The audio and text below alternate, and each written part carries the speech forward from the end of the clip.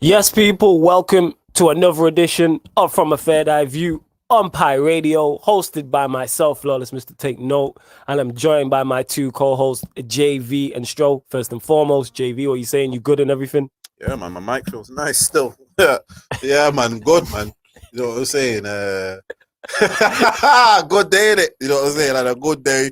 Facts. As per, you know what I'm saying? Nothing can't stop me. Ain't no stopping us now. Can't stop, won't stop. You know what I'm saying? Word to Dave Chappelle. You know what There I'm you saying? go. Word to Dave Chappelle. Yeah, good day and that. United won. Or just about.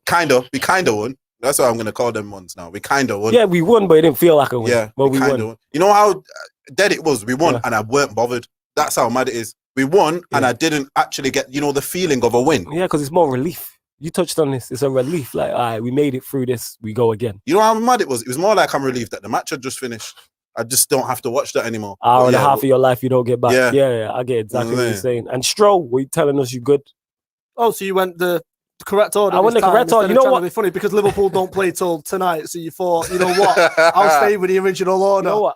I was trying to. If you want me to come to you first, then I can do that. No, I don't. I wanted to stay in the same order. And that's what I did. You decided to go left, trying to be a funny man because Liverpool played last week and got beat. Trying to be a funny. Who did you? What? Oh yeah, you did get beat. Who did you lose to again? Was it Fulham? It was the Fulham game. Yeah. Nah, I can't remember it. I legit can't. It was Fulham. We cannot speak to Brighton, Fulham, and them. That man in it. Shout out to Melody. Like that joke gets used on a weekly basis on live streams, and it's still funny. Oh yeah, like that's one of them that is going to live with her forever. It's like Saeed's. This is Manchester United Football Club. It's one of those. It will live with her. It's legendary. Forever. Like 5 years down the line, that's still gonna get brought up. And especially if Brighton and Fulham and them will actually stay in the league. You know what it is? I'm fully backing you. You know what that's going to be for her? It's going to be like, God. Like 10, 15 years from now, she'll just be in Asda doing a thing. And then someone will just pop around the corner, Brighton and Fulham and them. You know what I'm saying?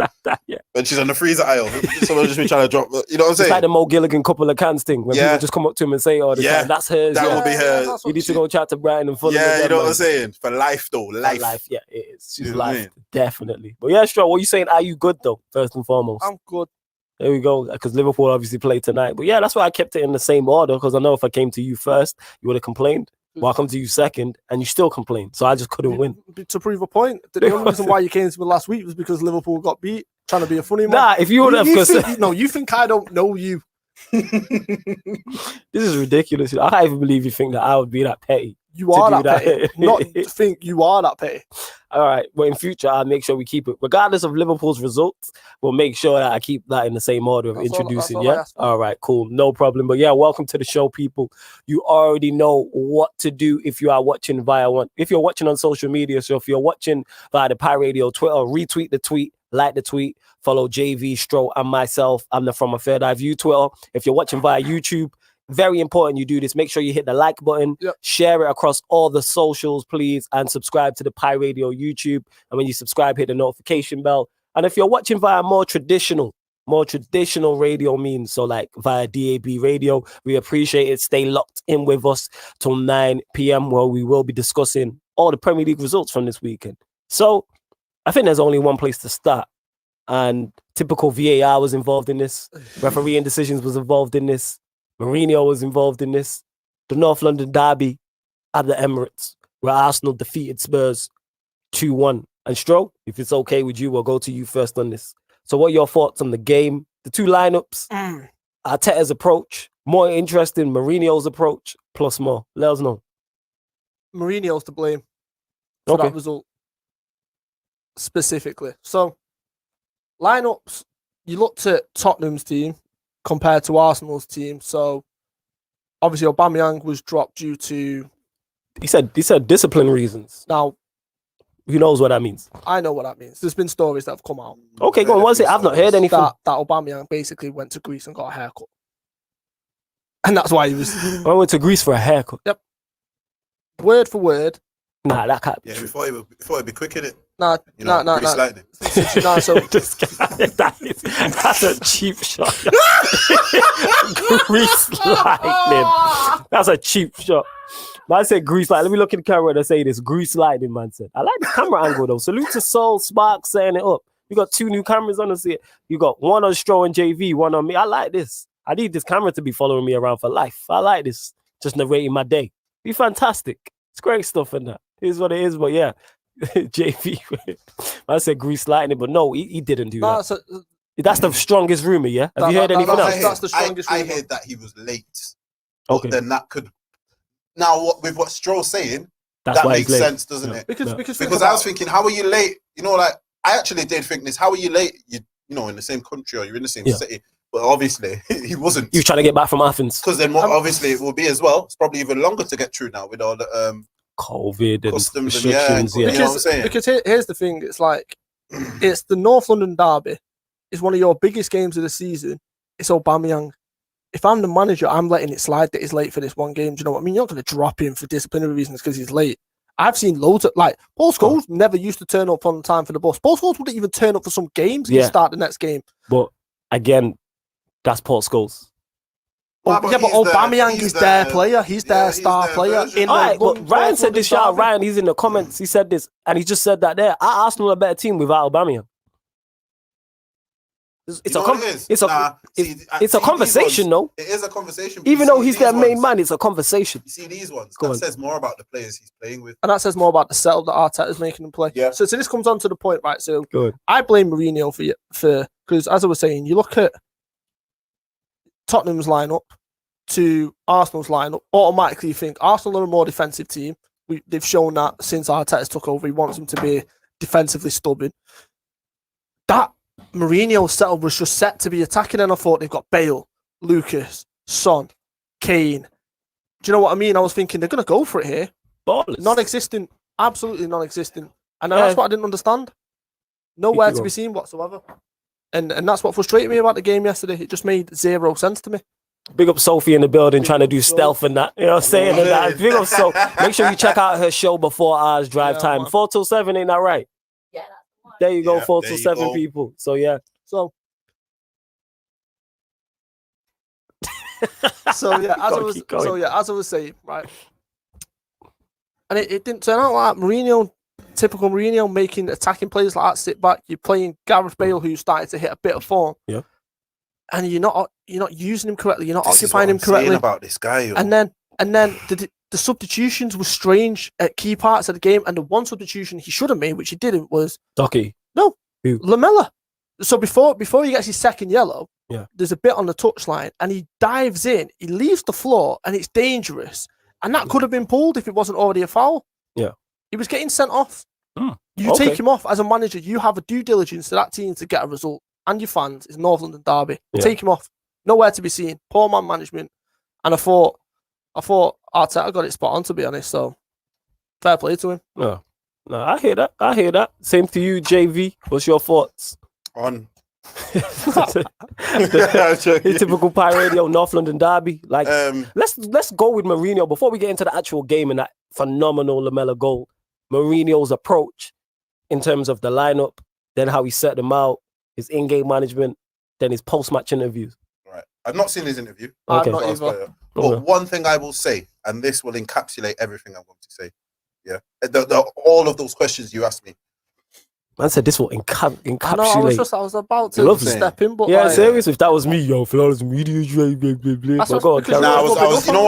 was doing a bit of a type up today in work, so I got the big words left in my head. Encapsulate. Nice. He's channeling his inner flawless. You know what I'm saying? I've been with him for about 3 hours, so it's all soaking in all the goodness. You know what I'm saying? So you know what it is, yeah? I'll say this one thing: the way he lines up, the way he plays, the way he finishes the match, the way everything about that match as a Tottenham manager, and if you even look at the manager and the team he's going up against without Aubameyang, and he still does that, tells me everything about why he's no longer a top manager. Ooh. I don't even know if he's a second-tier manager. I don't even know if he's a Brendan Rodgers. I don't even know if he's an Ancelotti level. This is where I wanted to go. He's not. He's nowhere near Ancelotti. No, but I'm saying Ancelotti is probably the last of the great. If I'm saying not who's currently managing, but I'm saying in terms of I'm saying in terms of who is managing right now. Okay, Ancelotti stands with them. Yeah. Then you could argue in terms of the Prem, someone like Brendan Rodgers, he's a top manager in this league, but he's not the cream of the crop. Right. But I don't even think Mourinho is on that Brendan Rodgers level. Honestly, every good thing he does now is just nostalgia. I'm telling you, bro, it's like me punching a man's face in when I'm 10 years old and I'm living off that now till I'm 30, bro. Man are fearing me. That is what this guy's done. Yeah. That is his last 10 years as a manager have been ridiculous. Like the levels. The fall off has been mad, and I said this. So I would have told you in 2010 that after winning the treble win in Milan, he's going to Real Madrid. In 10 years, he'll be at Spurs fighting for. He'll be at Spurs getting beat by a 10th placed Arsenal without their best player. Sorry to interrupt. Go on. Real Madrid is where it went wrong for him. Yeah, it was. It was the beginning of the end, yeah. Because that was a turning point in his career, because he fell out with Florentino Perez. He fell out with the president. He had issues with Ronaldo, and then he came back to the Premier League with an even bigger chip on his shoulder, with a bit of a grudge, with a I hate media, I've got a point to prove. And look how toxic it was at Chelsea. Yeah. And then look what happened as a result of that.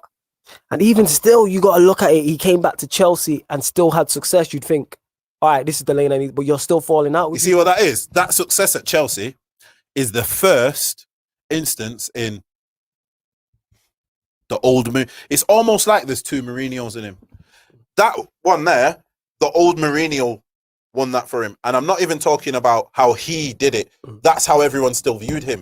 Do you get what I'm saying? He was still viewed as that man. Yes. That Mourinho. He's the guy. You know what I mean? Yeah, the guy. I remember when he first come back.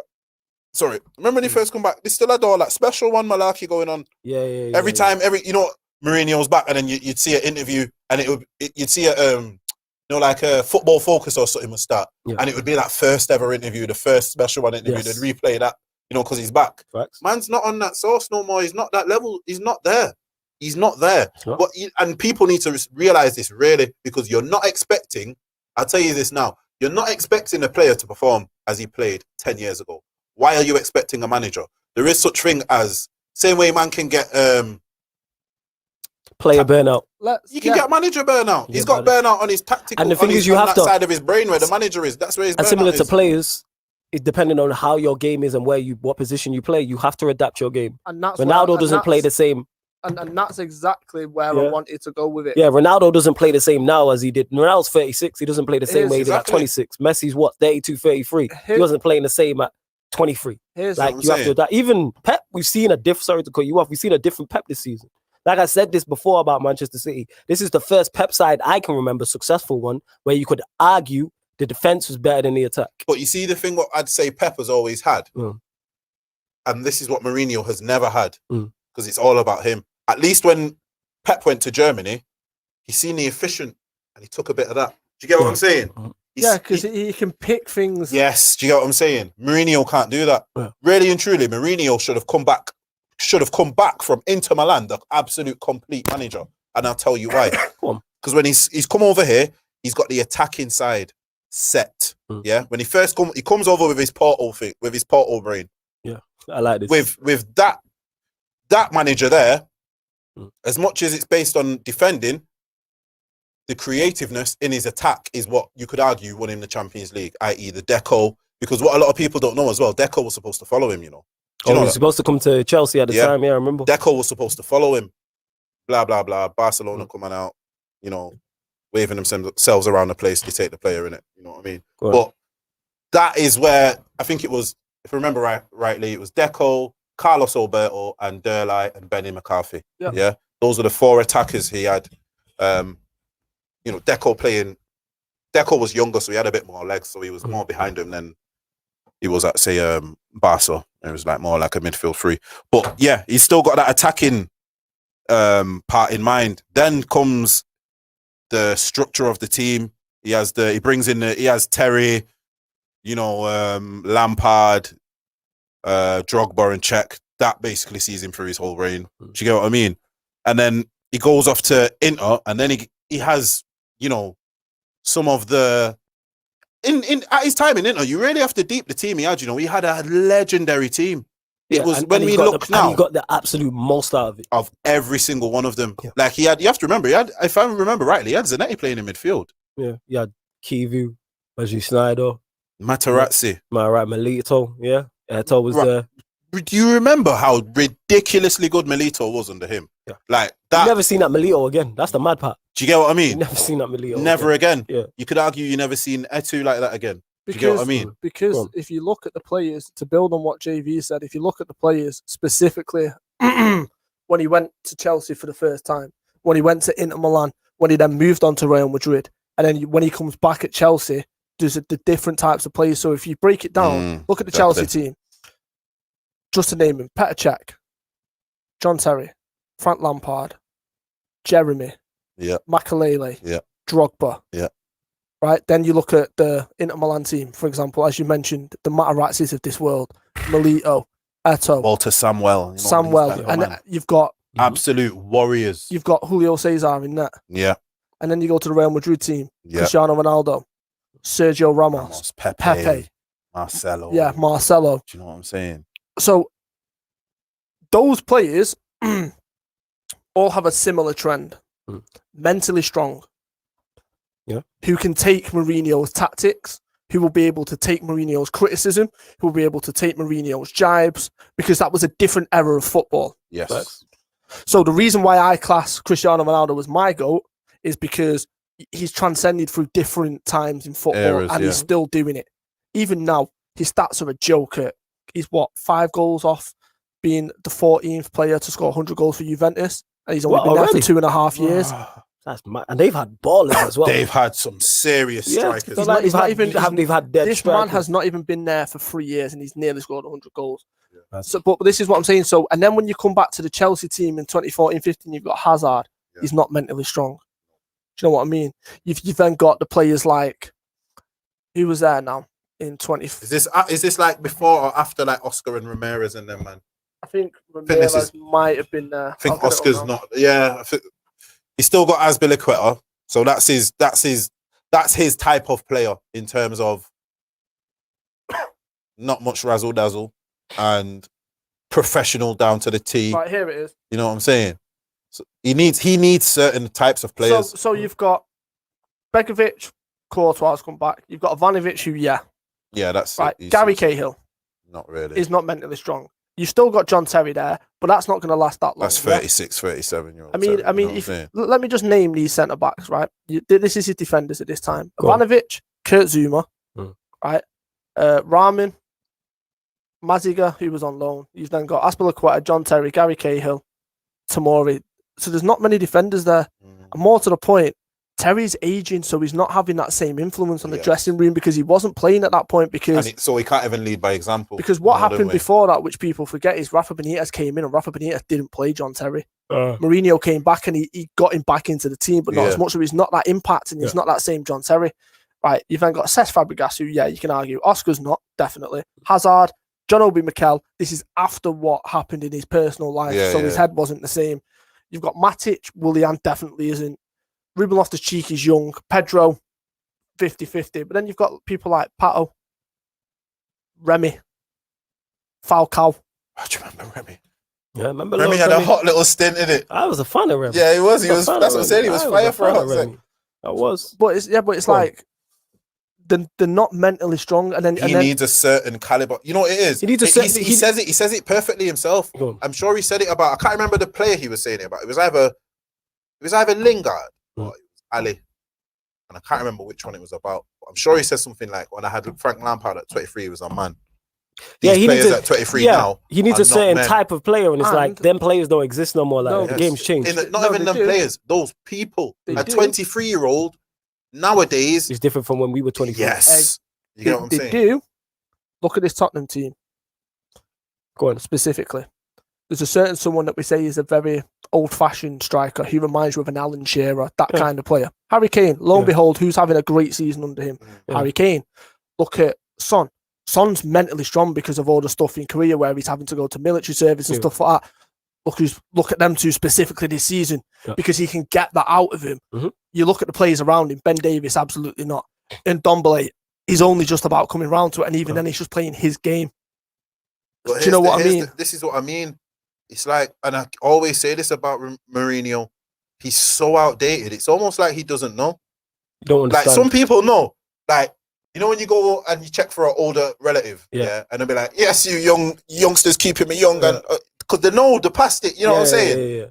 In their mind, they're letting you know, like, "Yo, keep me fresh." Yes, you know what I'm saying? Keep me up to date on what's going on. Yes, that's why you always have to check in with the younger people around you, just to see what's going on. And this is the same in everything. This is in business. This is in. There's so many aspects. We do it on live streaming. Yes. Why do you think we have? It's not just me and you. Or just me, you, and Stro. It's like, no, we'll bring in people of our age, but then we'll bring in the oldest, but then we'll bring in people who are younger also. Yeah, but bringing like a Harrison now. Yes. You know what I'm saying? My man, his energy alone keeps me fresh. Yes. I finish a show with Harris, I'm ready to take on the world, bro. Do you get what I'm saying? Big up Harris. And this is what I'm trying to say. And this is where you have to relate it to football. He's not kept in touch with the latest ideas. Do you get what I'm saying? The approach of how, young people are different now. Yeah. Like, all right then, how are you expecting an 18-year-old, 20-year-old to be? You see, it's almost like, and I blame this on certain players, you know. I blame this actually on certain players. It's not their fault, these certain players who are blaming it on. But everyone expects young players to be them. It's like, nowadays, people expect a young person to be a Rooney. It's like, why is he not strong enough? Why is he not quick? Because he's still developing. Yeah, it's like, you know what I'm saying? And he's that's what I'm saying. Agree with people expect, and that's one thing people be like, oh, he's 23. He should be dominating. Show me a 23-year-old that's dominating anywhere like that, where he's the main man. Exactly. Just in general, or a 22-year-old. There's a reason why it's so rare, and when it does come, they've a prized asset. Yeah. And everyone's looking. Mbappe, you know Mbappe, why is he 19 and not Mbappe? Because there's no one. Mbappe, I've not seen. There's 30-year-olds who ain't Mbappe. I can't think of anybody with his impact in recent times. There's no one who's impressed me more than I've seen. He reminds me of a classic era player. Yeah, he reminds me of Ronaldo. That's what the vibes the I get original from Ronaldo. Yeah, that's what I said. I can see him in that all-white Real Madrid kit. And the way he stood, and people get it misconstrued. Yes, he won a World Cup and he was a part of it, but what was the scary part on his part is, one, he didn't look out of place. Two, he was the go-to guy. He was the major part of it. Man. You know what I'm saying? When the chips were down because Giroud wasn't there to score goals, Giroud was there at the Firmino role to facilitate. Look at that game against France. Yeah, he outdid. Against Argentina. Yeah, he outdid Griezmann. That's Griezmann's moment, and I'm not saying Griezmann's and that's a bad player. That's when he outdid Griezmann. This is Atletico Madrid top of the peak. Yes, Griezmann. Yeah, not Barcelona. Barcelona, Lionel Messi shadow. Yeah, this is Griezmann where people are talking about. He's the next guy. He was in that bracket. He's in that bracket. People are talking about. But this is why I'm so disappointed with Mourinho. To go back onto topic is when he had his stint on Sky Sports, it was a different side of Mourinho that we haven't seen. Yeah, and I thought, you know what? When he got the United job, a bit of me was like, this is Mourinho. He could reinvent himself, and this is the perfect time to reinvent himself at the perfect club for him. And it was just same old Mourinho. Yeah. Even Tottenham, you've got the chance to reinvent yourself. You're going more attacking than I've seen you. Yeah. Do something with it. Don't go defensive in the North London derby. And you know what's mad? Someone made a great point, because when you look at that lineup, somebody said it on one of the live streams yesterday. I can't remember who it was, and he said he's going to play defensive with an attacking lineup. Exactly. That's an attacking lineup. You got Kane, Son, Lucas, Bale, Ndombele, Reguilon.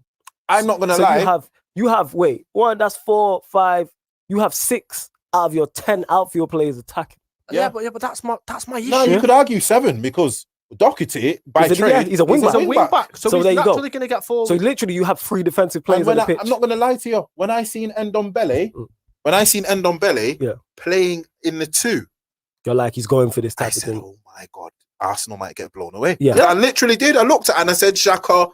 Said there's a mistake there. Said Louise. Yeah. You know what I'm saying? Cedric, Tierney just likes running, so there's be spacing behind him. You know what I'm saying? They didn't expose none of these things because he didn't go for it, and it was. You see where he missed the trick that game. Do you know where he missed the trick? You play Son on the right, so every time Tierney goes and does his marathon man thing, yeah, because Son's in. Cedric's not going forward like Tierney is. Yeah. So you can swap Lucas and put him on the left, where he's naturally played for PSG before. Exactly. And Brazil. And then you put Son on the right, like you said, because tactically, that then leaves a question with Tierney is, if I go forward, there's a problem, which is why, for example, you look at Robertson specifically this season, Van Dijk's not there. So Robertson hasn't been going forward that much, and that's why he's not had that much of an attacking impact. Whereas once you've got the Van Dijk next, you've got all the insurance in your world, you go forward. And that's what I'm saying. That poses a problem, because then it's, if he goes, then who's on the left-hand side of that? Is it Gabriel? Yeah, Gabriel. Yeah. And he really wants to go out to that side 1v1 against Son. It's a disaster waiting to happen. And then, you know, one thing I would say as well, where I noticed and I realised, it was kind of like, how can I put it? For me yesterday, that told me a lot about him I don't care what, as you know, if you watch me or you listen to me, you know how I am. It's about what you do, not what you say. Yeah. For me, it was a very big indication of where he thinks he is. Because if you can't go against that Arsenal team, and I think most Arsenal fans will not mind me saying this is one of the worst Arsenal teams that there has been for a very long time. Definitely, when you look at that lineup, of course, without question. Do you get what I mean? Without question. As much as I rate Saka, and I always say, one thing I will say is as well, why did Saka come off? I know they won, but I'm not sure if he was injured or he got hauled off. For me, I think he was the best player in the first half. I honestly think he battered them though. That's one thing I will say about Saka as well. It's scary how good he is, but I even think Saka's this good with a defensive manager. Yeah, like imagine Saka with a Pep. And someone said it won't surprise me if City go in for a Saka. Well, we looked for him last season when he had his contract finger. I honestly think him and Pep, marriage made in heaven. Definitely. Marriage made in heaven. It won't surprise me if all them cutbacks and all them type of things there. That's his type of play. But yeah, there was a point in the game where there was a couple of stats that came up and it was like Arsenal had 70% of the ball.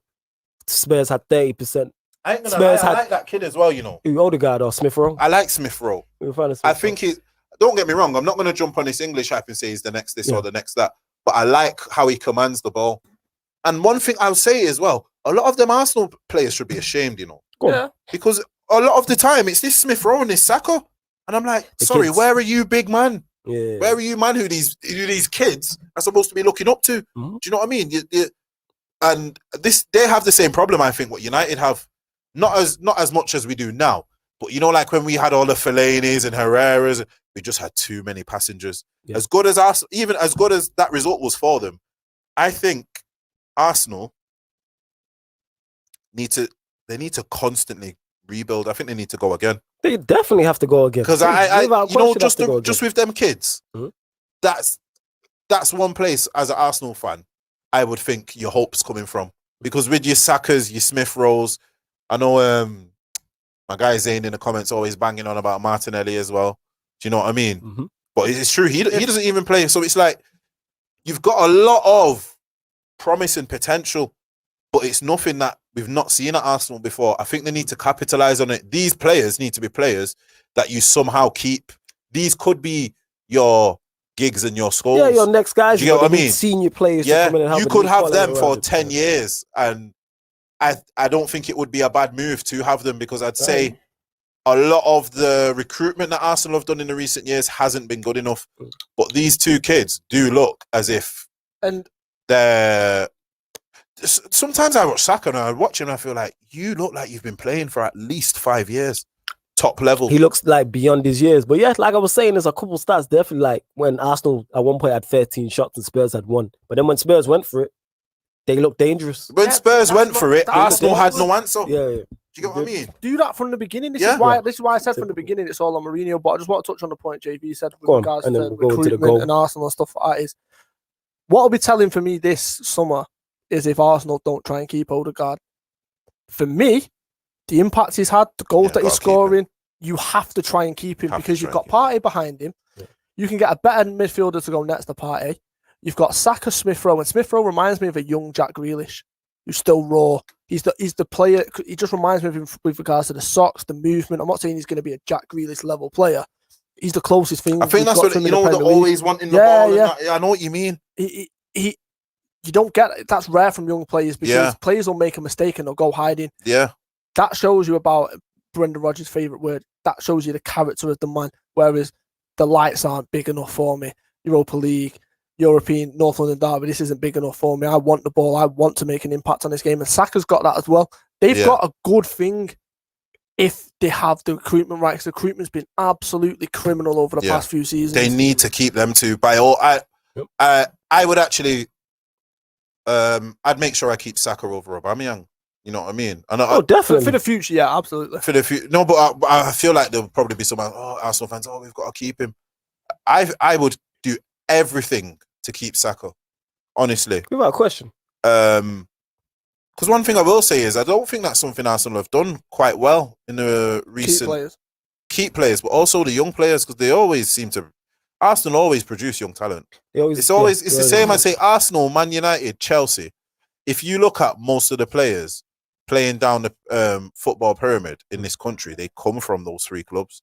I'd say a very high majority. Liverpool are very good at it as well, actually. Leeds as well, actually, yeah. Do you know what I mean? There's certain clubs that produce a lot of talent. City are actually getting into that now because they produce so much talent, which isn't deemed good enough for the Etihad, but we'll start to see more of them over the next couple of years. Next 5 to 10 years. But at the moment, a few are coming through at the moment. But back to the game. We have to wax lyrical about the game. We do, but it's so preventable. Oh, the goals. Yeah, that's the proper manager in you and that. No, because it drives me mad. Yeah, because that's the manager in you. No, because the ball gets switched over, right? And it's a good switch of play. Yeah, the switch of play. But just rewind it for. Look at the goal, man. Like, Stroll's a proper manager here. It's mad, you know. When I seen him, that is ridiculous. That is. Right, pause it now. He should not. He should get going. Pause it now, right? Cedric. Yeah, where's Cedric? Rewind it slightly. All right. Cedric. Right, look. Right, so pause it now. Who's that? Who's closing him down? Is it Cedric? No, that's what here. Where's going to regular? Yeah. That is Saka. Right. Not good enough. Yeah. In terms of preventing the cross. And he can get away with it because he's young. If that's Cedric, I'm giving him every bit of smoke at this point. That's Saka. Yeah. So play it just as he's about to hit the cross. Look, that's prevent the cross, get over quick. Yeah, you gotta move, you gotta shift your feet. But then more to the point, there's 1-2 players, Tottenham players on the edge of the box which aren't marked. Yeah. They're just in space. I don't know who the midfielder is who's meant to be. Yeah, that one. This is Smith Rowe, I believe so. Or is it Odegaard? Odegaard, so you can tell he's an attacking player, defensively not switched on. Yeah. The 3 Arsenal players that are on just outside this thing in the box aren't switched on either. Body positions are all wrong. It's poor. I mean, even if you look at Tierney at the back post, there's a Tottenham player who's just on the shoulder. If that ball's clipped to the back post, the defender's not got a chance. Yeah, Kane could be in. Tierney needs to tuck in. Yeah. And there's too much space for Tottenham players. I mean, for him to be able to control the ball and pull off that audacious finish through... the fact that he goes Partey's legs tells you one thing. He was not set. And he's panicking and he's trying to close him down quickly. Yeah, but it's unbelievable. But it's so preventable. It's preventable, but that's one of them. That's just a special. You know what it is? That is special. It's preventable, but it's special. But special.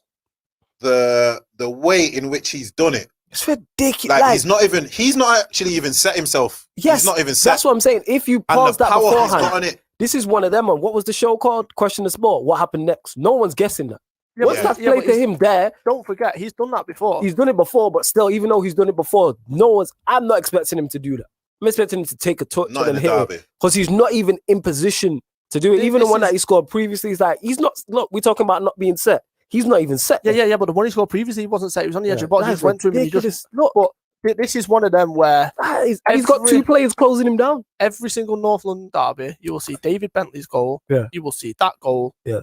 You will see Sol Campbell's goal when he went away and scored at Tottenham. That is going to be one of the goals you will see forever now. You know what, though? I will say only Arsenal concede that goal. Yeah, that's my point. I tweeted that out. I said only Arsenal would let Lamela score, you get me, at their home ground with a Rabona. Like, that's it. Because as much as I don't rate our centre-backs, they smash him. Or they block it. Yeah, Bailly's flying out in there at high level. It's preventable. Wan-Bissaka, like even if it's just one of them where you that is and you just the power he's generated to get in the it's different. Guys, regular couldn't believe it. Look, he's like, oh my god, innit? She said you have no nipples. It's that shit. You know what I'm saying? That's my language. Yeah. She said you ain't have no nipples. It's that is red. If there won't be a better goal than that this season. No chance. No. No chance. How do you generate that much power? Even if he puts that on his right foot, so say it's from the other side, he's left-footed, and he curls that round, that's still a phenomenal. To generate that much power and direction. Oh, no, it's on his, it's on his left foot. No, it's on his left. No, he shits it with his left foot. But I'm saying if it's on the right-hand side and he whips that with his left foot, it's a quality. Because he's left-footed. Yeah, he can generate it because he's left-footed, but it's still to do that. No, but specifically because he doesn't trust his right foot, he's trained that. Yeah. That's what I'm saying. He's practiced that. Same way like Charisma always. That's ridiculous. Charisma always does it with the outside of his foot because Charisma knows he's not. My left foot's not there. I still can't believe the way because Leno's in a good position. Yeah, Leno is in a good position, but when in the side, like even if he's just shot, even if that's not a Rabona, and he's literally just laced that into the bottom, it's still a perfect shot. Do you get what I'm saying? Look at Regulons. You can't believe it. It's not like it's gone in because it's a Rabona. It's actually a quality finish. It's a quality finish. Like even if it's not a Rabona and he just smashes that first time, we're going excellent. We're still calling it a very good goal. Look, if he just goes bang. Look at Regulons. There's a little curl on it as well. Oh my. There's a bit of curl on it as well. You know one thing though, just pause it again. He's a very frustrating player, I think. Lamella. Why? Because he's got the talent, but the execution is not there. Like, yes. So, all right then. I'll put it to you like this: if we watch back his career now, it's them 2 Rabona goals, mate. Yeah. And I can't really remember of too much he's done over then. Do you get what I mean? Aye. He's very talented, but there's not a lot that comes from him. Yeah. Aye. Do you know who reminds me of? Pato. All the talent in the world, when push came to shove and his career was on the line. He's just lazy, just wasn't interested. And that's the issue I have with Lamella. I mean, it's just, I lost count how many times Tottenham were exposed down that. Oh, that's terrible. Down that left-hand side. That's terrible defending. Exposed, though. Like, man, try and call him a good left back. Who? I'm not rating Tierney. You're not a fan of Tierney. I do rate him. I know you're not a fan. It's just legs. Nah, he's got a good day. He has a good day. He's good going forward. He's got a good delivery. Good in that, but he doesn't get into any other top 14. So it's like, that is a Tottenham goal to concede. That is the most Tottenham goal to concede this season. No, it is. I was thinking more about the top 6. There's good left backs in the league, though. All right, then I don't rate Chilwell. I'd have Chilwell over it. Nah, he's better than Chilwell. I don't think he can defend. I think he's better. I'm not a fan of Chilwell. I think that's why Tuchel's come in and dropped Chilwell. I don't think Tierney. I think he's better going forward than he is defensive. I don't even rate him that much going forward. Nah, the screamer he scored a banger against Olympiacos or something like and then stuff like that. He has impact. He scored a screamer against West Brom. Yeah, that's what I'm saying. He's a great outlet, is what I'd say. Go on. I agree with you. In a big match, you don't see him. No. I'm not saying I'm not a big fan. I do like him, but see, City haven't got a left back, right? But they play Cancelo there. He's not beating Cancelo. Luke Shaw in current form doesn't touch him. Andy Robertson nowhere near touches him. No, and I'm not. He doesn't. Yeah, I keep going. I'm just saying that quality. They're good left backs, though. I think he's better than Chilwell. Digne doesn't touch Digne. I'm a big fan of this Digne season. Does not touch him this season. I know he's been injured in that, but I'm a fan of Digne. But yeah, go on. And then he's better than Chilwell. I think he's better. I'm not a fan of Chilwell. I think he's better than Chilwell. I've never been a fan of Chilwell. I've never understood like this Chilwell hype. He's good, but that's it. I think he's solid. Yeah, I've just never understood. He's solid defense, but he doesn't excel. Like I think Tierney actually excel. Like Chilwell doesn't score the goals that. I don't think he does that in the derby. I don't think he does that. No. So it is. But yeah, we'll keep going as well. Penalty or not for you? Yeah. Yeah, I think. And I'll tell you why. Penalty too. It's first and foremost the ball into him. Quality from Pepe is quality ridiculous, right? But here's the thing, is just pause it. You see, just pause it a sec. You see that challenge? Yeah. What that challenge is a man that is fighting for his place. Yeah. In the team because Eric Dyer's been playing there, out of position, yes, but I mean, just look at this challenge. What he's blocking the ball because he's trying to make a point to Mourinho. He's going all out. The issue is with him jumping like that, his aim is to put Lacazette off. Now he puts Lacazette off, but he kicks him. Yeah. It's a penalty. And that's the issue. Yeah, because Lacazette sliced there. That is some donkey defending, fam. I don't even care. Man, like Donkinson Sanchez there. I don't know what that was, bro. What the hell was that? What was he trying to do there? Yo. He looked like, really up back. He looked like he hurt himself. I said, he looked like he hurt himself. Sanchez be out here with the worst. Yeah, rewind it a bit as he's about to jump. It looks like he hurt himself, bro, when he lands. You get what I'm saying? Honestly, that pass is. Yeah, that pass is quality. Who was that? Pepe. Oh, Pepe. Saka. Huh? Right, no. So play it on. I'm talking about from the other angle. Oh, right, okay. Yo, he nearly. I said Donkinson. When I say pause it, because I just need to show you something. I said, what did I do? Right, pause it. What did you do? Pause it now. You didn't get the ball. Watch how high this man is about to jump from this angle. He's high. Look at this. Get high. Look at this. He does get high. Just look. Yeah, rewind it. Extremely high. He does. Yeah, play it from there. Just watch this. Honestly, I've never seen anything like it. Now look. Look at him. What's he Jordan, doing? Yo, look at that. Yo, for real, look like the Jordan. It looks like the Jordan symbol. Yeah, it does. Donkinson Sanchez. What are you trying to do there? Like, I don't understand. I understand what he's trying to do. It's just no, I don't, because of his body shape. I don't get it. He's trying to block the shot. It's just the execution. What, by saying just do it? Yeah, you know what I'm saying? Yeah, but man tried to just do it his way into a tackle. But flawless. Come on, man. Fundamentally. Yeah, it's all wrong. It's like Lacazette as well, bro. Here's the maddest thing, you know. You're trying to tackle a man like, you're probably going to get another chance, bro. Because he's not that clinical, bro. That was going in the clouds. He did miss kick it as well. If I was in Rosette, that's slapping me in my face. That was not, you know what I'm saying? But here's the thing, fundamentally, right? If it's like the battle of poor technique, that. Sanchez doesn't need to do it. And I'll tell you why Sanchez doesn't need to do it. And he doesn't need to dive in. You're going past that. Man said this is the battle of poor technique. No, it is, bro. Look at it. Garbage all around. No, it isn't. I'm about to break down. It was even Lacazette's original touch on the pass wasn't good in that. That's why the ball's bounced. So I'm about to break it down. So I'm specifically with Sanchez, right? So that's JV. So that's Sanchez. Yeah. As I'm taking the touch, if JV goes with his left foot, which Sanchez does, it's awkward. Yeah, and it's awkward for him because you're stretching out, but what you're doing is you're knocking yourself off balance. Specifically, if you're jumping in the air as well, you've got no control of your body. Yeah, that's true. If you face him up and you stick your right foot out, it's going to be longer, which means once the ball's going across, naturally your foot's longer anyway. Yeah, that's true. And you're under control. And secondly, more to the point, is you're not going to be off balance. You can control your body a lot better and you can manipulate your body a lot better to block the ball. So Sanchez, it's awful defending from that point. Don't go with your left. Don't jump in like that. Just stand him up because the touch isn't good enough anyway. You can hold him up, and if he does go to shoot, you can just stick your right foot out and you can block the ball and there's no penalty given. Lacazette. This man was so prolific at Lyon. It's sad to see at this point. Yeah, it is, you know. I'm with you on that. The ball in from Pepe is exquisite. Yeah. It is on the money. It's everything you want. As a striker, it's everything you want because all Lacazette's got to do is take a touch in front of him and you could do an arm refinish. You could bend it with your right foot into the far corner. Look, the touch is poor because it bounces up and then he panics because then he's got to try and throw his body at it. Out the corner of his eye, you see Sanchez doing some MMA stuff when he panics. And then he goes to hit it, but what he's done is he's took his eye off the ball, and that's why he's missed it. Look, you can see his eyes not on the ball. His eyes looking down. He's not looking at the ball. You know what the maddest is, though? One thing just to back on that tackle. How many man have you seen tackle a man like that, bro? Never. In the penalty box to prevent a penalty. I've never seen it, bro.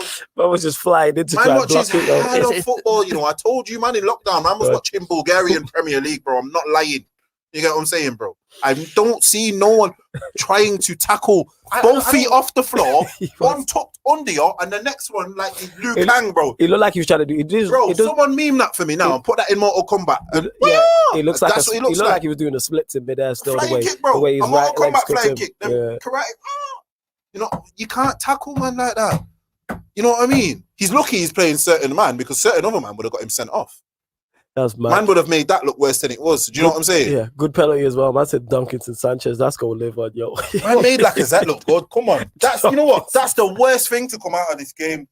That's the worst thing to come out of this game. You good penalty as well. I've heard man try say he is phenomenal. I heard man try say Lacazette's all right. You know, Lacazette's not that bad. You know, that's how rubbish you are, Tottenham. You made Lacazette looked good. All right, let's get into this. Yeah, Lamella. Right, so second yellow. And I knew they wouldn't show it, but there was an incident before where Lamella leaves the ground, right on the byline, and he's lucky he doesn't get a second yellow. Then at this point, he's walking a tightrope. Yeah. Mourinho, as a manager, you have to react instantly. The second he dives in like that and he doesn't get it, the free kick's still there to be taken.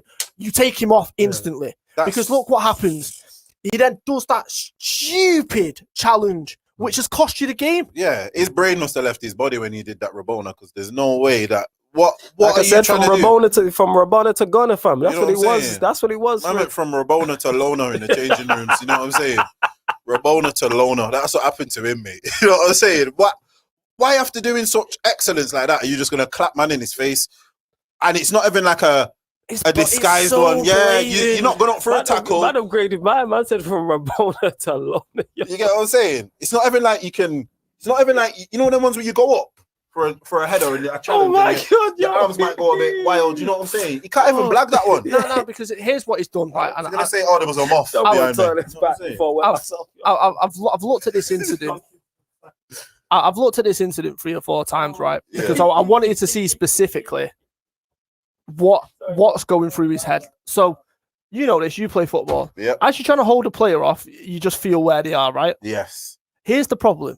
Once he puts his hand out and he feels and he realizes he's not there, he then goes back further even more and commits. And the problem is, once he does that and the momentum, obviously he's getting sent off. Yeah. But it's Mourinho.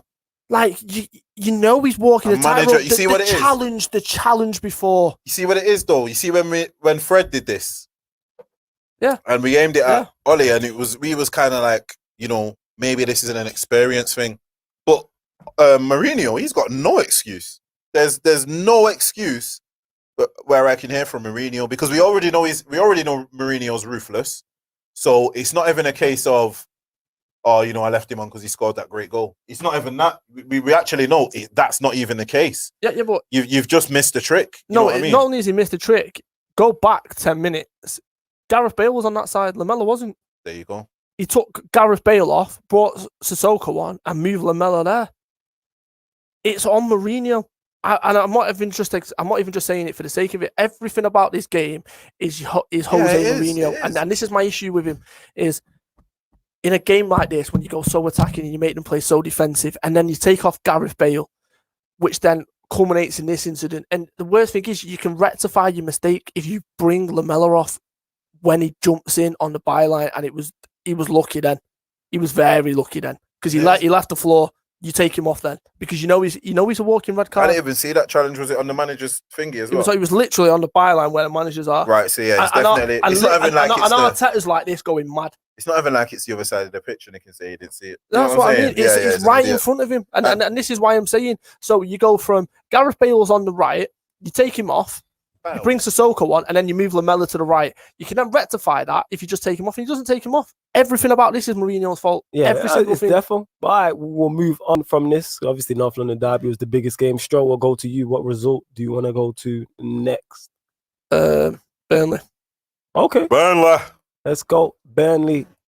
Where are we at? Yeah, you went past them. 2-1 versus. It's inside joke. We'll let you know with it, because JV told me about what Sean Dyche said about McNeil's goal in it. But yeah, Everton 1, Burnley 2. Stroke, give us your thoughts. I know these are your rivals, so that's probably why you went to the game. No, it's not. I wanted to highlight McNeil's second goal specifically because, Jesus. Here's the thing, right, about this game. I'm not surprised. As good as a manager as Ancelotti is, and he's legendary, there's still players that aren't good enough to be managed by him in this team. Definitely. And it's now starting to show. So, for example, Tom Davies, they can get a better midfielder than Tom Davies. They really can. Iwobi shouldn't be anywhere near an Ancelotti team. Definitely. You know what I mean? So it's like, I'm not surprised at all. I said their home form, sorry to cut you off, their home form is not good either. They're better away from home. No, their exactly. Home form is not good. And this is my point. And it's no surprise that the two Merseyside clubs' best record is away from home, because think of the Gladys Street end, think of the Cop end, think about them State specifically. What a finish this is, by the way. That's quality, you know. That is quality. But so, like, if that's somebody else, we're talking different. But because it's Chris Wood, that's a very good finish. But look, see who am I talking about? Yeah, there? Tom Davies getting caught off. Getting bullied off the ball because they've that's not easy for. Yeah, that's quality. That. I mean, it's like you look at Manchester United, right? Although De Gea's not really been in the best form, De Gea is a leader. You look at City, Edison, leader. Us, Alisson, leader. You know what I mean? Leicester, Kasper Schmeichel, leader. How the hell that's not on board? I have no idea. But, how VAR hasn't spotted that, but go on. Jordan Pickford isn't. I just want to highlight this bit specifically, right? So pause it now. This is genius because if you look, he can go wide to Charlie Taylor. Yeah. He can try and slip it in to the striker. I don't know who that is. Chris Wood, I believe so. And then, or he can try a cute ball through the legs of Allen, where I think it's Brownhill or whatever it is, right? What he does is he sends Allen back to Napoli, specifically, right? With the turn. Then, not only just the turn, the finish is gorgeous.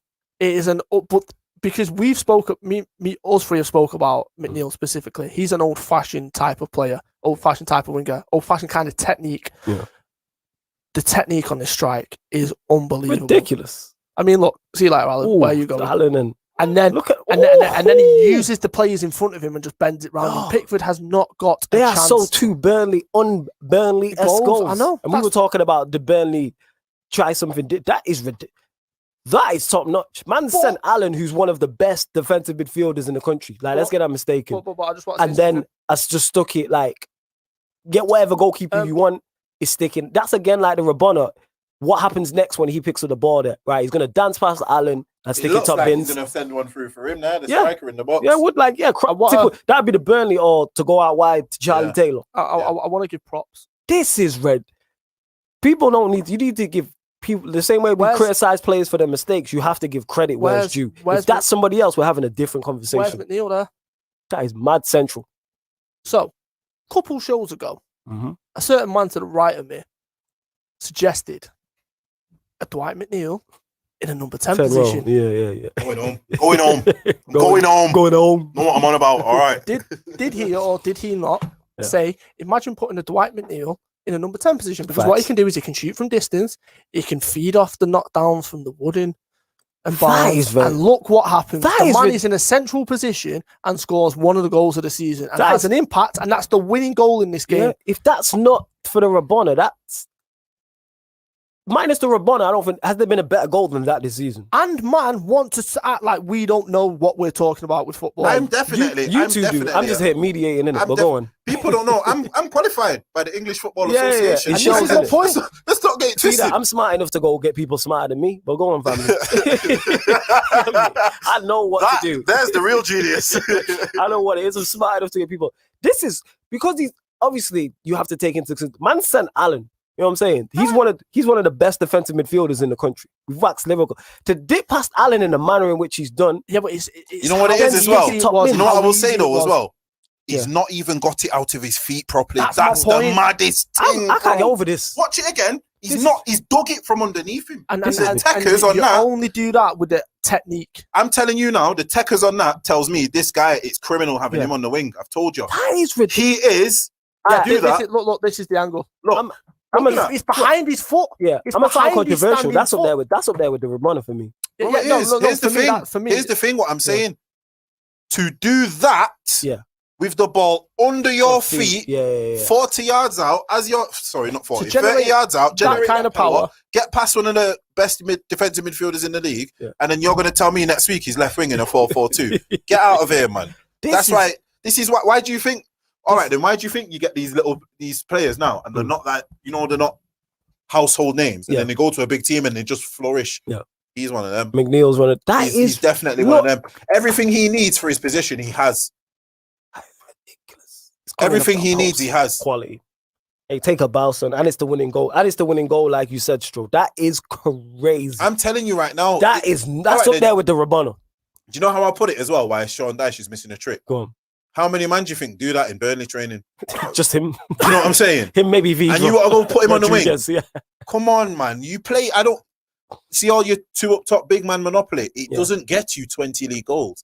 if that got Burnley, 20 league goals, no, 30, because if it's 2 players, I want 15 each. I want 10 to 15 from your 2 centre forwards. If them playing them 2 up front gets him that, fair enough, I'll shut up. But it doesn't. That is ridiculous. You can't tell me him behind a J. Rodriguez will not be more effective than a Barnes and Wood, because I don't see. Yeah. Or how about you mix up the two? Sometimes you do go for your Barnes and your Wood, but then other times you go for. Can you do me a favour? Just rewind it to just before he takes the shot, or just rewind it to the build-up play. Okay. Well, when Haaland gives the ball away. All right. Pause it. Now, what have you got there? You've got a diamond. Yeah, literally. You do. So you've got the man at the spear of the diamond in the middle. You've got the 2 strikers which have split. You've got the defense or the 3 midfielders behind him. That's a diamond. So what Vils has been saying all along with regards to Burnley is absolutely spot on, because their best bits of attacking play didn't come down the wing. They came when they were playing. Because you know why? When you're playing against Burnley, you're not expecting that. You're not expecting a McNeil in the middle of the park. They don't have a 10. You know what it is? They don't have a 10. So you're not expecting.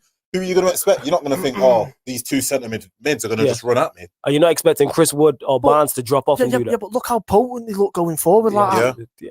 I mean, look, a little slip into the number 10, all the space in the world, takes a shot, nearly scores. Here's the post. Who was that with the shot, Brady? The number 7. Yeah, Brady. I've said he's criminally on the. Oh no, Goodmunson. Yeah, Goodmunson. But even that Goodmunson. When was it? When did I see him, yo? I think it was for Iceland. I watched him for Iceland, and I was like, "That's the same guy for Burnley, bro." The guy looked on fire. You know, is it? So one thing I would say about Daesh, what he's doing with these players, he's stifling their attacking instincts. But sometimes you just gotta let man attack, innit? Yes. You know what I'm saying? No. It's like saying, "Oh, you know what? Calvert-Lewin's fast. I'll stick him on the wing." You're not going to do that, are you? No, because he can bag. Yeah. So if man can score, good goal as well. Typical Dominic. That's why I call him Dominic Calvert-Lewandowski. Like, I gas him up because I actually do rate him. I think he's got to be the. Just a side note, he's got to be the secondary striker for the Euros. He should definitely be in the squad because he gives you something different. No, I mean if Kane's injured, he starts. Woo. Because anyone else you say he's not actually a natural centre forward. I think he helps the players around him flourish. So say you got a Sancho and a Saka behind either side of him, they flourish off someone like him as a pinpoint. Now, you know what? If you was to play a team of Rashford, him and Sancho, it would be on fire. Simply because he would probably just lay it off for them to do what they need to do. Yeah. And then when they want to get balls in, he's there. You know what? Because one thing I think Rashford is very underrated for is his passing, his delivery. He would find a Calvert-Lewin every good time. Header, man, in the 6-yard box, typical Lewandowski. You know what I'm saying? That's all like quality. And as much as you know what really does my head in about football, and I always bang on about old stuff in it. Yeah. But for me, there's not enough strikers doing that. What he's just done. What, just a header in the 6-yard box? 6-yard box. Just header, just boom. Yeah, but it's simple. But do you know how many goals that gets you a season if you're doing that and your team's set out and everyone knows? As we're seeing with Everton, and not having, it's not like they have world-class players all in the team, but you know what Ancelotti's doing, getting the most out of what he has. Yeah, because he's using a specific system. He's using different attacking systems, and this is the point I was trying to make was Calvert-Lewin, right? There's a reason why Ancelotti wanted him when he was at Napoli. Yep. Because he said, I can change him into one of the best strikers in that division. And I'll tell you why, because he does too much work outside the box. Do you work in the 6-yard box? How many goals have we seen him do like that this season? Facts. And then you look at it, and then it's like, I agree, he should be the secondary striker, but you look at England, they could switch to a 3 at the back, wing backs, and you could go with a 2. Calvert-Lewin and Kane. Now, in certain games, that would work. I seen him do that. He changed the system when he brought him on at Anfield. And that's my point. Pickford was going long into Robertson's channel and going long. Like, if you really want to go more English and you want to go long ball with him, Calvert-Lewin in a 3-5-2 could work. He can play with the ball at his feet. He can hold the ball up. He can head the ball on. He's strong. He's powerful. He's dominant. He's quick. And he's still raw. Certain, like, for example, Spain, they're not going to know how to manage him. They haven't seen this. France struggled to play. There's no Lewandowski's in Spain. He is the Rooney of 2004 in terms of you don't know what to expect. He's a surprise factor. Right. I'm not saying he's at that level, but he's a surprise factor. Something different that they're not used to. That's my point. And not many thingies are not many centre backs are used to playing against strikers like that who are gonna rough you up. and not give you an easy ride. Yeah, whose main thing is going to be headers, and they're not ready for that because you don't play against people like that because there aren't people like that about. Yeah, so you can't train against a Calvert-Lewin if you don't have a Calvert-Lewin type player at your club. Yeah. Do you get what I mean? So that's why I think he gets as many goals as he does like that. Because really and truly, if that's old school Premier League, he doesn't get that because people are saying, "Where's your defender at the front post?" Do you understand? Yeah. So how football has evolved, it's actually made it easier for players who want to do things like that. You want to be more old school number 9, just in the box. Aerial. Just rewind it to Calvert-Lewin goal. No, so just before this little clip. Like even a lot of good headers now, good heading is made to lay off. Where's Pickford going? Scared. No, like honestly, where's he going? You know what Pickford's like. No, but seriously, where's he going? I don't want to see him nowhere near the thing. You know? He shouldn't be a thing. Just watch him. Pink. Yeah, he's getting nowhere near that. No, they show it from another angle. The other angle's perfect, by the way. Where is he going? Which is why I wanted you to do it. Just where's from this angle. Specifically, so there's Sean Dyche. Where's he going? The man's jumped into the far post. Who's in net? Not even who's that in net? Pickford. Is it? Yeah. Where's he going? Are you sure? I'm sure. Of course I'm sure. He's number 1. It's Pickford. Where on earth is he going? That's mad. That's mad. This is the problem. The man is far too... man's got 31 on his back. Who on earth is that? Who is in net for them? Let's check. Wait, so where's Pickford gone? Have a look. So it was... Pickford came off. It was... Who's João Virginia? You learn something new every day. Oh, he played for them last season. Yo, Manuel Neves, Virginia. So, how's this happening? I'll let him off. You let him off? Yeah, serious. No. Butcher Pickford. No, that's training with Pickford. Rubbing off Pickford tax. Yeah. Pickford tax, should I say. Pickfordness. But losing that game at a key part of the season where you can really push on for Champions League football just shows that squad isn't good enough. Yeah, you can see what he's trying to. You can see where he's trying to go. Yeah, I was thinking. So in the summer, I genuinely believe he tries to get a goalkeeper. Yeah, a proper goalkeeper. He will go and get a centre back, and he will go and get another midfielder. Yeah. Oh yeah, definitely. You can see what Ancelotti's trying to do without question. But yeah, it seems like here that I didn't watch this game live. Well, look at the attack. Yeah. Burnley could have had 3 or 4 here. Good save. It's the spear of the diamond. Yeah. The 2 strikers split. Something different. And the ball's played into him. Yeah. They've got options. You know what? Check this one out. I didn't even know Burnley were that fast. I didn't know they were that fast. Because they were breaking. Because who are they playing? Burnley break on a counter. Exactly. I don't see them ever counter. They looked actually quite worrying. They look dangerous going forward. They looked a threat. I hear you. So if you know what? Here's the thing. Here's what he's not actually realizing. If you want to be nice and sturdy, play a 4-3-3, mate. Play a 4-3-3, get you 3 across the middle, you 3 centre mids. Yeah. You know what I mean? And then you can have a Vidra on the right, a Wood on the left. I mean, Wood in the middle and a McNeil on the left. Do you know what I mean? And them 2 wide players can rotate, and you know what I'm saying? You can work something, but come on, man. And but you know what really does my head in? He's done that for that specific match. You know what So you think they were, boom! Check this, gonna kill you all. Yeah. Who has that similar mentality? Go on. No, Ollie. Because he makes a plan for a team he's worried about. That's him there. He's made that plan for Everton. He's thinking, Ancelotti. I've got to do my homework this week. Yeah.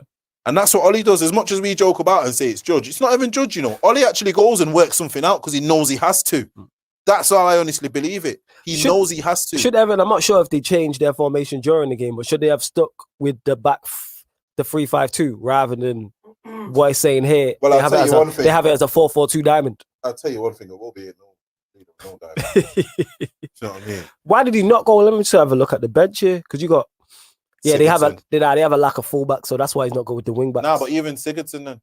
Who'd you play as the right wing back though? You can play Digne as the left wing back. Who'd you play as the right wing back? It's the issue they've got. Right wing back. Oh yeah, you got Coleman on the bench. Why did Ancelotti change? Worst. I'd rather see Iwobi as a right wing back than a 10. That's a very valid point. I'm with you on that one. So did Ancelotti get it wrong here, going with the diamond? I'd say yeah. Yeah, because you lost to Burnley at home. Yeah. You got it wrong. Whatever. There's no whatever happened on the pitch. Something happened that you did this. Yeah. The end result was losing to Bet. You messed up because you shouldn't be losing to Burnley. I'll go to you, JV. What result do you want to go to next? Take a pick. Any result. That Leeds United. I don't want to go to this one, but that Leeds United Chelsea was dreadful. Okay, well, do you want to discuss it? Even though there isn't much. Now you said it. Yeah, go on. Leeds 0. Leeds 0. Chelsea 0. I would say that's the surprise result of the weekend. No goals in a Leeds game. How many 0-0 draws Leeds got this season? That's what I'm saying. And who were they against? Press play. There you go, innit? There you go. Leeds were on BT, weren't they? Leeds Chelsea was the early one. All right, let me switch over. But yeah, I'm very shocked. I predicted 3-1 Chelsea. Like, I was expecting, as always with Leeds, a high-scoring game. 0-0. 0-0. What would the odds have been on that happening? Ridiculous. Oh, yeah. JV still just not impressed by this whatsoever. Were you shocked? What was your prediction before the game, JV? I ain't gonna lie, I thought Leeds were gonna give it him, But you expected goals, is what I'm saying. Yes. Strong, I'm guessing you expected goals in this game as well. I expected goals from Leeds. I didn't see this whole. You know what I'm like with new managers. I analyze everything very new manager votes. One thing I will say about Tuchel, and Chelsea, where I'm not buying it yet, is they're still very. I'm gonna put it. Pragmatic? No, workman. The two workman-like. All right. Oh yeah, keep us posted on the Liverpool game. I think they're too workman-like. That's what I think. Okay. I don't see if he thinks he can come over here and do a Klopp, that's not going to work because everyone's worked that type of football. No one will win a title now for the next few years by just being workman-like and having. Yeah, that was so weird. That was crazy. Shot. The one where he's cleared it, it's hit the Leeds man and then looped up onto the bar. I was watching this with my son and be like, just bad noise. That's what my son was saying. He's like, Dad, he didn't even have to move. I was like, yo, that was weird. It is a mouse. I'm just still surprised that there was no. Look, Chelsea. It's a good. Chelsea were under. That's a good stop. Oh, that guy, that Roberts, he had a good game. That's a good stop. Tyler Roberts, I think it is. He had a very good game. Tipped onto the bar. Yeah, he's young, innit? Were he playing centre forward last season? So basically, whenever they played him as a number 10, so whenever Pablo Hernandez was injured, they played him there, or they would play him up front because they had Kemar Roof, who was at Rangers, but obviously then he left. But then Bamford was injured, and then they needed a striker, which is why they got Rodrigo, because Rodrigo can do number 10. I was going to say, I've definitely seen him in there. Speaking of that, did you see what they did with Rodrigo, what Bielsa did with Rodrigo during the game? No, go on. So he brought him on. Yeah. Because Fingy got injured, Bamford. Yeah. So just before half-time, took him off. Because he wasn't doing what he was doing. And you could hear him shouting to the point where McManaman even turned around and said you can hear him berating, because obviously McManaman speaks Spanish. You can hear him berating Rodrigo in Spanish to do something he wasn't doing it. So Bielsa went, all right then, Spanish international. That's another great save. Not doing what I want you to do. Off you come. Look at that. Change direction. That's what it is, though. That's a very good save. It is, but you see, by this time here now, I'm sleeping, mate. This match done me in. Look at Rudiger taking long shots. He's feeling confident there. Bro. It was bad. Chelsea, for me, I ain't going to lie, you're a bit... You know who was very good for Chelsea? Go on, who? Rudiger.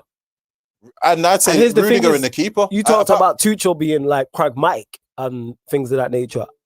And because he's gone in, he sorted them out defensively, because now they're defensively solid. So if he can sort out the other end, they're a problem. See, I don't like calling teams who play 3-5-2 defensively solid. I think you just put enough in the way. I think you just make it harder. Do you get where I'm coming from? You know what?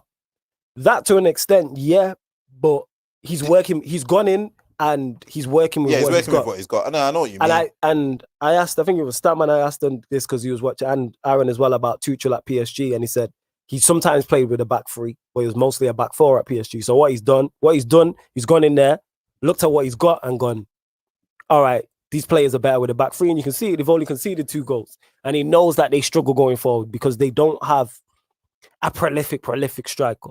I don't even think it's the striker for them. I think it's the creativity side. Yeah. And when you have Havertz, Ziyech, Pulisic, even though Pulisic has been injured, Mount, how many there's got to be. Yeah, how many chances Havertz had in this game? Yeah. 4 or 5. He was playing Fingy as well. He was playing him centre forward, and I don't get it. Because it worked against. Who did they play? He scored a goal. Well, it was his own goal, but he was involved. He played well against the Everton. Yeah, that was it. But yeah, surprise one of the weekend. Mendy made a couple good saves though. Very one thing I'd say about Chelsea. One thing. Click on their team actually. Chelsea's team. Yeah, just click on the Chelsea team. Let me just see something. Okay. That tells you. You know what? That tells you all you need to know. Down. That tells you all you need to know about what he thinks of their strikers. What is wrong with this guy? This is the same with Pep and why I'm on Jesus, because Jesus the only fit striker you got and you're playing false nines. This tells you all you need to know about what Tuchel thinks of Werner, what he thinks of Abraham. Definitely. You know what? It's more. You know who it's more damning for? Go on, who? It's more damning for Abraham. Because, all right, I'll put it to you like this. Giroud has his age against him. Yeah. Werner has his out of form against him. You should be the guy. You're here. There's nothing actually against you I'm at this moment in time. I'm not sure if he was injured, but he wasn't even in the squad. There's nothing against you at this. Well, but here's the thing. Even if it's not this game, in any of the games, you've not been. Yeah. You should be the guy. He's playing Havertz, who is also out of form as a false nine. Yeah, that's ridiculous. He's playing an out of form 10 as a 9. He's playing out. Hear what you just said, family. Out of form 10 as a 9. In his first season in the league, and Tuchel's job is on the line type of thing. Like, he's coming into it. Like, Havertz could cost him in the long run. I just don't.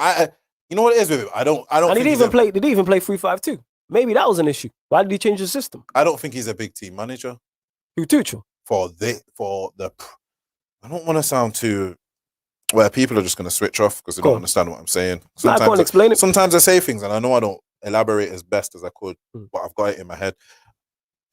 I don't know if he's being naive. Because I think he's just working with what he has. I get that. But I don't know why he switched the system. He's not very attacking. No, he's not. We've seen that at PSG. But that's what I'm saying. You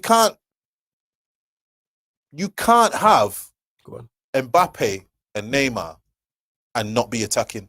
Do you understand where I'm coming from? Unless they're your two in a 3-5-2, yeah, and you just feeding them all match, you can't be very See, that would be a worry for me. If I was a Chelsea fan, that would be a very big worry because I'd be like, how can you be how can you have Neymar, Mbappe? No, I'll even include this man. How can you have Neymar, Mbappe, and Di Maria and not be attacking? I think that's due to, how do I put this? That's just his approach, because as a manager, I'm just talking for me for FM. I'm a defensive manager. I'm fairly pragmatic. Yes, but I ain't attacking like that. Even though I have quality attacking players, but I'll go get the best players. Here's what I'm telling you though. Yeah, go on. You would implement them, man, in such a way where you could get the best out of them attacking wise. Oh yeah, I'm going for it eventually. So this is exactly what I'm saying. Yeah. For me, if you look at their front four, that's not implemented in the best way to get you goals. Pulisic. Because if anything, I'd play Ziyech on the right. Yeah. I'd play Pulisic on the left, and I'd play Mount in a 10. Right. They probably are all in a change, but yeah, I get your point. Do you get where I'm coming from? I get your point. Like Mount, for me, as good as he might have done that against Liverpool where he cut in and scored, he's not going to do that every week. You know what I think he is, though? I think he just genuinely, he doesn't rate the attackers he has that highly. I think that's why I'm more interested to see, all right, let's see what you do in the summer. Then when you get your guys in, let's see how you do. I think he could get his guys in and it goes worse. You reckon so? And I think now they're not conceding goals, they have a great base. You know one thing I'll say about this Chelsea team? If more players come into here now, this is 3 managers' teams. You're in dangerous waters. Oh, definitely. You know what I'm saying? If he now brings in, if he brings in 3 players, yeah. If you bring in 3 players, more time, these are going to be 3 players for your starting 11. Yeah. That squad is so. Squad's packed. Look at the bench. Packed. But you know what I'll say is it's packed, but I don't feel as if it's packed with quality. You just think it's more bodies. Yeah, there's no who. All right then, one sec. Just check this now. Go on. Tell me the standout player there. What, on the bench? Any of them? Oh, in the team. I rate the team you've got. No, I mean like who's the star? Oh, the star man is probably Pulisic, to be honest. He's probably the star guy. That's the worst star man of any of the top teams. Does that star man walk into Liverpool? No. Does that star man walk into you? No. Does that star man walk into City? No. I get your point. Probably don't mean that star man don't go on the City bench. Yeah, but what it is though, like I said, I don't think he adds that much more. That squad's not far off. That team. You know what? I think they're legit. A striker. That's all if I'm managing that team, that's all I'm adding to that. I'd say one thing about that team. Striker. I think he's that good. I rate the players in that team highly. Do you know where they are at the moment, Chelsea? They could go like that, or they could go down. Not down, as in like relegated. I think they could stagnate simply because I don't see. One thing I'll say is this can happen sometimes when you change managers a lot, and none of these managers have similar ideals. See, normally that's what Chelsea did. They change a manager, but the next manager who comes in will play 4-3-3. So they don't have, you know what I'm saying? You might change personnel and you might change a bit of ideas, but the shape stays the same. One thing I'll say right now, in the past, to go from Conte to Sarri to Lampard to Tuchel, I think is so many different ideas going around in these players' heads now. It's definitely too much.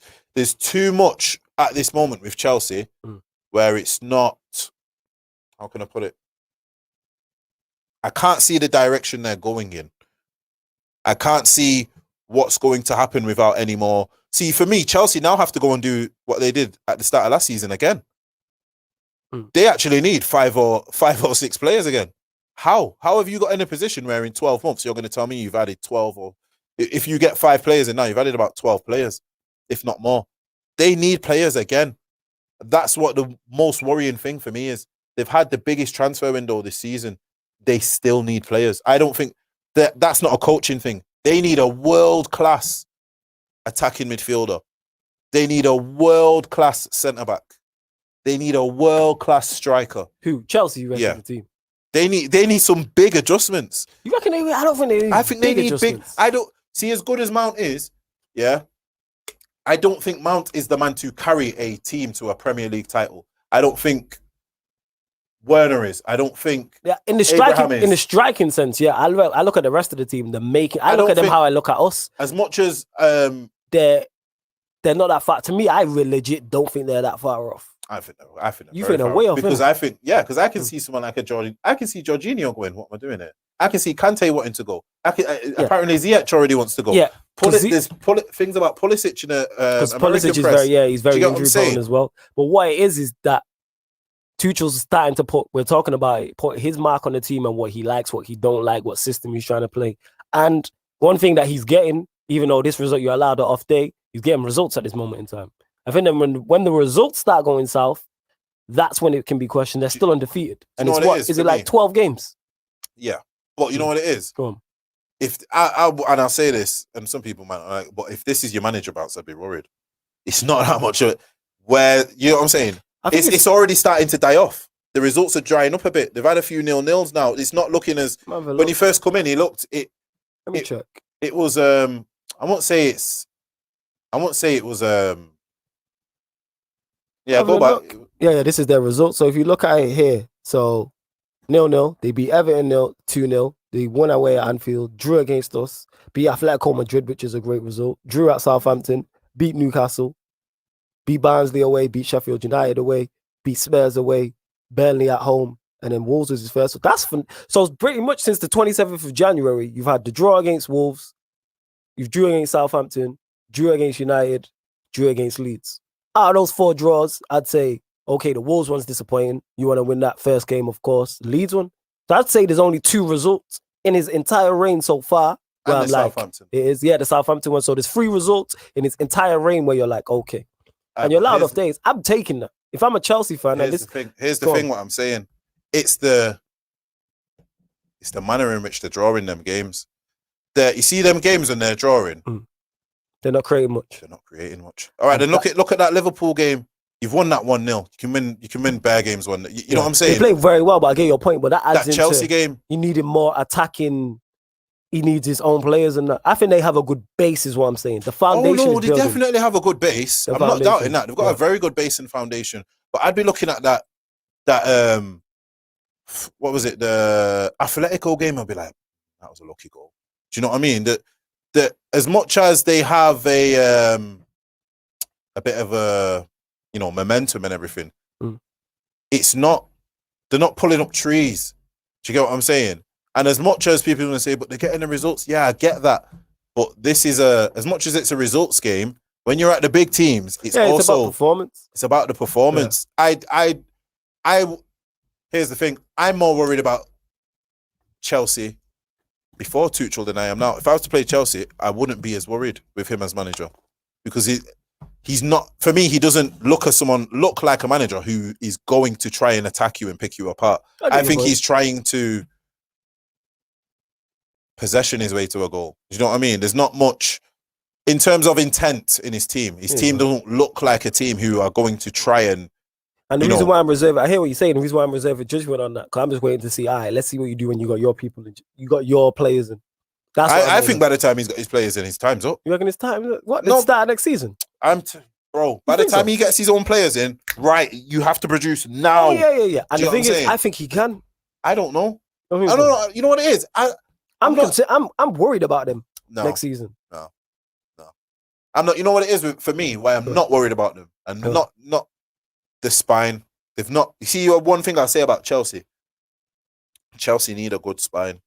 So right. So Mendy looks like a decent goalkeeper. I've not seen him enough to say Mendy's about as good as Henderson. His feet, he's not good. He is. Mendy is a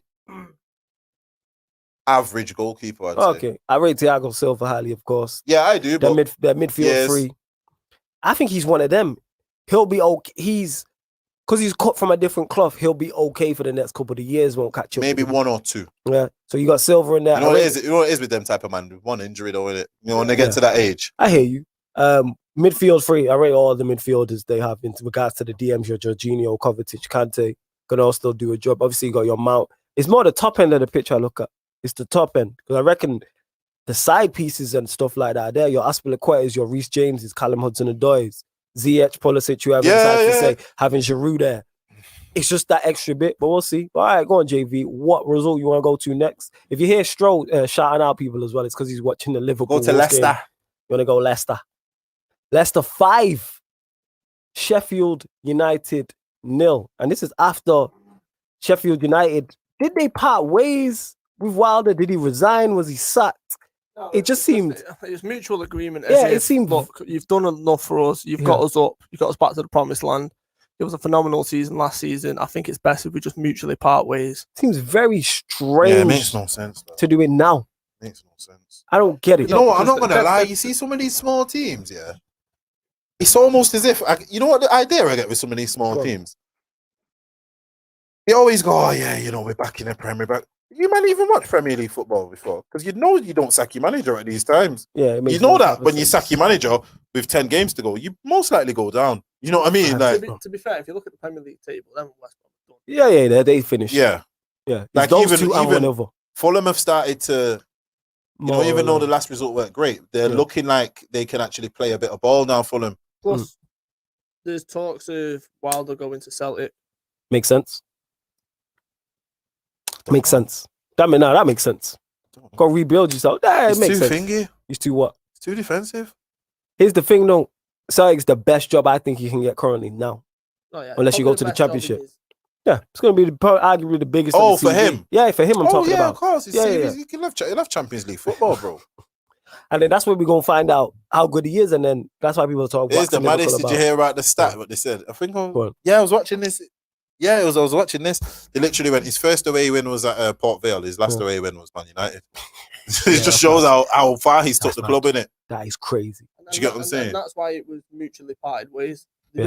Great goal. That's a great through ball, and that was that. You know what? One thing what I say about this guy, that's a phenomenal. But the pass into Tielemans, into Perez is quality, and then even though it looks like a simple pass, he's punched that in. And this is why punched that in with purpose. Like if he doesn't punch that in, Perez might not get that time to then release the Leicester player down the line.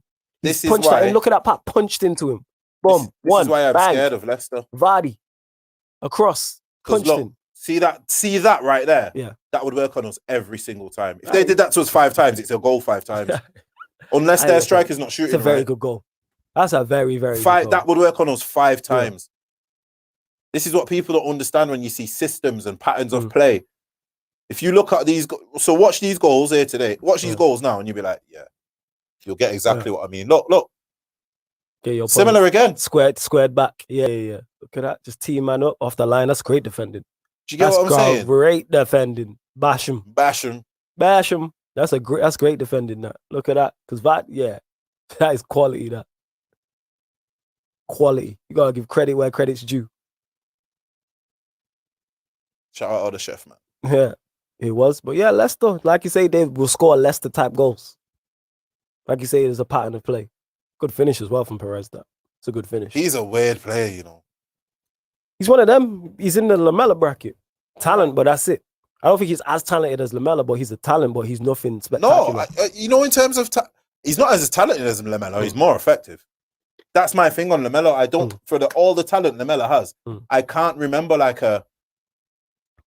if we're talking about an attacking midfielder now, I'll be like, oh, do you remember that? Do you remember that assist? Or do you remember that? Good goal again. See, it's the same goal again, isn't it? Yeah. Do you understand what I'm saying? Yeah, I get exactly what you're saying. That's why they're deadly. Because that's their front two. Yeah, it's a good goal. That is. When's the last time you seen Rashford do that for Martial, or Martial do that for Rashford, or Cavani do that for? Or you get what I'm saying? Whoever, yeah, I get your point. Look, and then he goes, "All right, I need a hattie." Say nothing. Yeah, good goal. See this kid. Yeah, I've always thought of this about him. He's one of them as well. When he was at City, I was actually like, this guy's got everything. I actually thought they should have got rid of Jesus over him.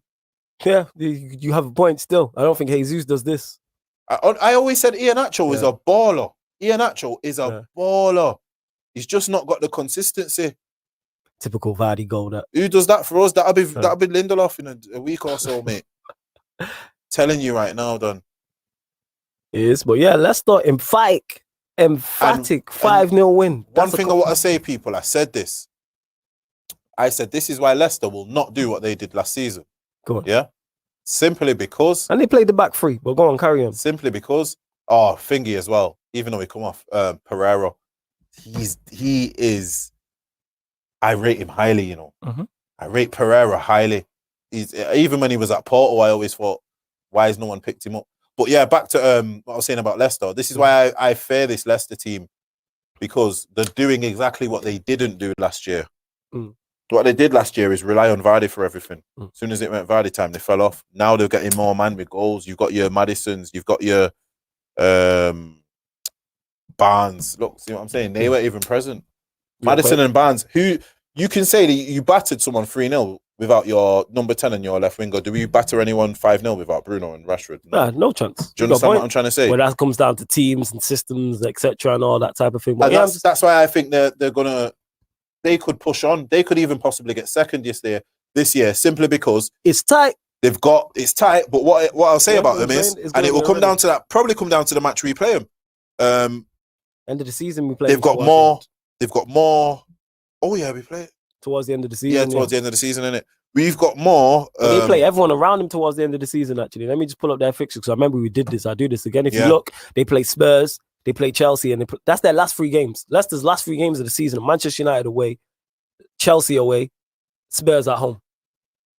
If they don't get top 4... And they play Manchester City after the international break also. If they don't get top 4 because of that, I'm not mad at them.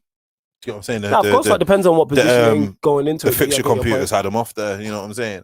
But yeah, I honestly think the fact that they've got other people added in goals now, apart from Vardy, and it's about 4 players who are doing it, I think they're a very dangerous proposition. For me, you know, if Leicester invest properly, I'm not even joking, you know. And when I say this, I'm not joking. Cool. If Leicester invest properly, like we know they can, like, look at the replacement. Look at the players that they brought in, like Fofanas. And if they bring in, they bring in attacking players of that ilk, everyone's in trouble. Hey. And I'll say that out loud. Leicester, for me, Leicester, like, I've seen someone talk about, I think it was Bob's actually, saying who's top 6 now. Leicester have kicked Arsenal out of the top 6, but I think next season they could properly solidify themselves as the 4th team.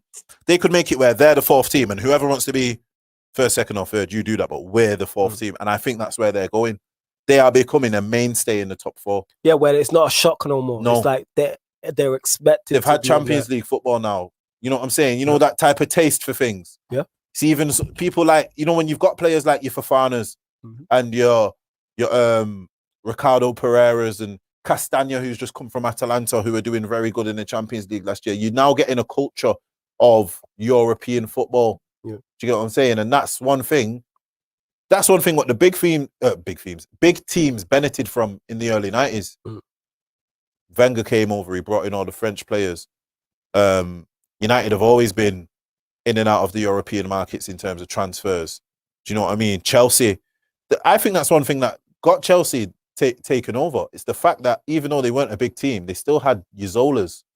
You could still say Chelsea, oh yeah, Zola. Oh yeah, Hullet. Oh yeah, do you get what I mean? Whereas if, say, that's probably something Tottenham couldn't do at that time.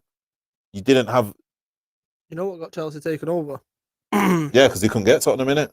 No, it was out of Liverpool and yeah. It went down to the final game of the season where they both needed to win to get Champions League football. And I was in Turkey, we got beat 3-2 because Jesper Gronkar scored that left foot one, I remember, innit? I remember. And that is how they got Mourinho, and that is how they got Roman Abramovich. You know what the maddest is? They'll still be dead in that if it weren't for a piece. But yeah. But I honestly think, in terms of wow, my mind just went blank. Yeah, Leicester. In terms of Leicester, I think that people are going to be in trouble next season because they seem a bit fearless as well. They don't really respect one of the so-called big teams when they go and play against them. They try to go toe to toe. Yeah. And you see when that's like the youth man, you know what I mean? And when he gets big, he's going to go for you. I think they get a few more players. And if they think they're a big team, a lot of teams might be in trouble because they're going about it quietly. Year on year now, if you look at it, year on year, they're building. Yeah, they're actually becoming a better team. So this Leicester team is a better team than last year's. Yes. Do you get what I'm saying? Yeah, your point again, exactly. So that's why I think they're dangerous. You see how we talk about Everton? They're actually doing what we thought Everton would do at possibly a quicker rate. Yeah, I'm looking at Everton to do what Leicester are doing now in 2 years' time type of thing. The way we're talking about it. It's a good point because from experience, 13-14 season specifically, Brendan Rodgers didn't have defensive bone in him, and he never has. It's always, I will go toe to toe with you. May the best man win. And in the Chelsea game specifically, all we needed was a draw. And he went all out attacking. He didn't need to. It played completely into Mourinho's hands. Whereas you look at him now this season, he's much better equipped. If they are going to go toe to toe with teams, they can do it. Because they can do it in a number of different ways. They can switch systems to a 3 at the back. They can go to the 4. They can heavily rely on Vardy as the main one. How have you not scored that? So yeah, you can go to. He's watching the game, people. He's watching Wolves versus. You can go through the wingers. You can play through the Madisons and the Tillemans. He's in a much better position. But honestly, Mane is criminal this season. Not only in this game has he just missed a clear header on the head in the 18-yard box, right? And it's a free header. The man could have gone down and got us a penalty because the keeper came out and clipped him. And the man just refuses to go down. Does he just not want Salah to score more goals? Is that what it is? Because that's where I'm generally starting to lead with it. I just don't understand. Go down.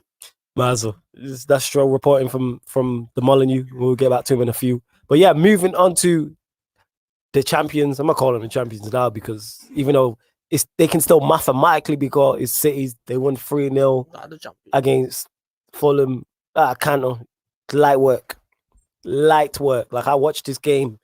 One of the worst mistakes from the Fulham centre-back for one of the goals. No, the penalty that he gave away, awful. Yeah. But yeah, but City did what City do to most teams. Job. Yeah, it just really just carved them open type of thing. That's what that's literally what it is. They're going to be champions. The biggest step for them is can they win the Champions League this year and how do they come back next season? Because everyone's going to be gunning for you again. It's like, how do you stand up? Does Pep go again in terms of, does he change it? Like, who does he bring in? Do any players leave, etc.? Does he go and get a 9? Like, that's what we're talking about because you're looking at the attacking end of the pitch, the final third for them. That's a great save as well. Great save, a good solid save, but they need a number 9. They got a number 9. Yeah, they do. City, if we're looking at how they're going to improve, a 9 and a left back. Don't even start. Yeah, go on. Don't say it. That's them for 10 years. Because apparently, Aguero's Stone scoring again. Barca. Yeah, I've heard about this. I like to see a Messi, Ronaldo link up. What? Messi, Aguero link up. Sorry. Yeah, apparently that's one of Aguero's wishes. Both of them actually want to. They want to play in the same team. I ain't gonna lie, I just would not want to play with Messi. Go on, elaborate on that. I've just never seen any player who's benefited from playing with Messi. Nope. Ooh. Ronaldinho got shifted out Henry got shifted out. That is awful as well. Both of them mistakes. Oh, for that. Let Man, Jesus score actually that. benefiting from playing with Messi. It's more like I just want to do it to say I've done it, to experience. Yeah. Because your game suffers playing with him. That's mad. What you like your Griezmanns and Dembélés and players like that. I hear you because it's all about him. Yeah. His play through and to Messi. This is awful though. All I'm gonna say is though. That is all right. What's the worst mistake? Sanchez or that one? What? Which is the worst mistake? No, I feel sorry for him. He tried to. It's that one. He's played against them. He knows all these, man. That's why it's worse. He's from the academy. Yeah, he's from the academy. Played a few first team games for City. How is he low? This guy has tried to do a drag back. I think he played on the edge of his own box, and then he's. What are you doing? Wait, rewind it because I missed it. Did you not see this mistake? No, I seen him give away the penalty. Oh, you would be pulling your head. Look at what he did before. Oh, yeah, okay. Look. Oh, what are you? Wait, hold up. So he tries to flick it. Yeah, he tried to flick it to the fullback. Yeah, look. Nah, he needs his wage stocking immediately. He's a Premier League footballer. Like, you're not going to get that kind of time and space. How old is he? How old's Tossed? I'll find out, no? About 20. Yeah, I'll find out. Nah, I'm lying, you know. It might be about 22 now. I'll find out for you. I'm sorry, that's criminal. For a team that every single point matters. He is nice. 23. Right. You should know better. Yeah. For a team where every single point matters, you don't do stupid stuff like that. And then he's giving away the penalty. It's mad how some man can be 23 and be a youth player, but Rashford's about that age. Man can't call him a youth. Rashford's not a youth player. Yeah, and our class is 23. You should be doing that. That's 16. You shouldn't be doing that. Yeah, I hear you. I hear you. But I tried to drag back, flick on the edge of his away. You know when I seen Aguero starting that, I got scared and man tried. I got prang. Man tried a drag back assist. You know, I mean, a drag back assist. Why a drag back flick. That? Drag back flick is still 0-0 Stro. I'm guessing. That is crazy. But yeah, City doing what City did. I did a watch along for this game. You know what? Go back to their lineup though. One thing I say is the one thing what worried me most about this City team. Yeah. What do you think it is? What? It's that back line, G. That back line of Laporte, Diaz, and Stones playing on the back three. That's very worrying. Yeah, that's solid. I find that very worrying. If he say, all right, here's the interesting. Does Pep decide to go with that from the start next season? Can do. And get actual wing backs. Well, you've got wing backs there, and then you can play Aguero. Well, if Aguero leaves, but you can play two strikers, or you can play a 9, a 10 off a 9. Who was the fullback? That's nuts. He was looking at that scene linked with. That's great. You know what? I fear them more playing that than a 4-3-3 or 4-2-3-1. To me, that just screams absolute domination of the ball. He was linked. Look at the triangles, absolutely everywhere. Because you're good there, family. You got the back three. You got the back three. Look, triangles everywhere. That's what he lives on. Look, he loves all of that. He does. He don't like that with his lines like that. He loves triangles. And talk is they're trying to upgrade on Rodri as well. Yeah, they are. I said this. Yeah, he's not good enough. Yeah, I know. Rodri's not a City player. He's filling a gap right now. Yeah, you know, like when they had remember they had Fernandinho and then they had Fernando as well. That next defensive midfielder called Fernando. He was just a rebar Fernandinho. Yeah. That's Rodri right now. Rodri's just there for a hot set. Just back up. You know, like Boateng used to play for, you know, like City have man, and you're like, right, they're just there for a hot sec.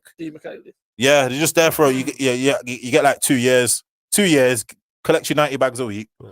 You know what I'm saying? Like Rodri's he's not silk as much as Pep needs silk in it. He's not silk. Like look at Kimmich. Yeah. Kimmich is a defensive midfielder, but he's silky. Yeah, you get what I'm saying? I get what you're saying. Like even when they played Philip Lahm there. Yeah. Yes. He needs a certain type. Busquets could do it because Busquets has the silk to go with it.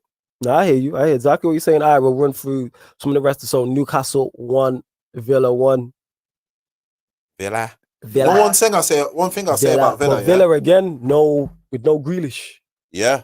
They need to get their season back on track because they could probably end up after having such a great season. Falling off and then ending up about 12th and it'll be like, what was all that for? We could have kind of done that anyway. You know what I mean? Mm-hmm. They could have possibly done it to 12th anyway. Yeah, definitely. And Newcastle, great point for them considering where they are. Great. That's a great point for them. You know, one thing I say about Newcastle, big games this weekend. Go on. I feel for Kendall. Yeah. Big up Kendall for those that don't know. Kendall. She's big up my sister, man. Yeah, she's a girl who makes great content, Newcastle fan. And yeah, I do feel for her in it. But they are still above the relegation zone though. They are, but not for long. Yeah, but have you seen? So basically, on Friday night, Fulham played Leeds. Saturday, Newcastle play Brighton. Ooh. Ooh. Oh, look at their running now. This is where they go down. Not even joking. They got Spurs, Burnley, West Ham, Liverpool, Arsenal, Leicester, City. Bro, 1 second, stop. Yeah, they finished. Who's this? Stop. This is Newcastle. Newcastle yeah. are gone. Newcastle's gone. They're gone. They could literally. Oh, and me being serious, yeah, like me no bias or nothing in that, and I don't want beef with Kendall either, so I'm not in it. Yeah, she's. Yeah, I'm not in it. I don't want beef. Smoke. I don't want it. But after the Brighton game, they could lose every game. They could lose 1, 2, 3, because you got to think 5, 6, 7 games. I didn't know their running was that bad. They could lose 7 games in a row, and I think they'd be gone. Yeah, if they don't beat Brighton, I think they're done. Yeah, because Spurs, you can see Spurs going there and winning. Burnley away, we all know Burnley away. West Ham are in good form. Liverpool, that might be the time. 24th of April, Liverpool actually finally win at Anfield. Then you got Arsenal. You know what Arteta can do. You got. I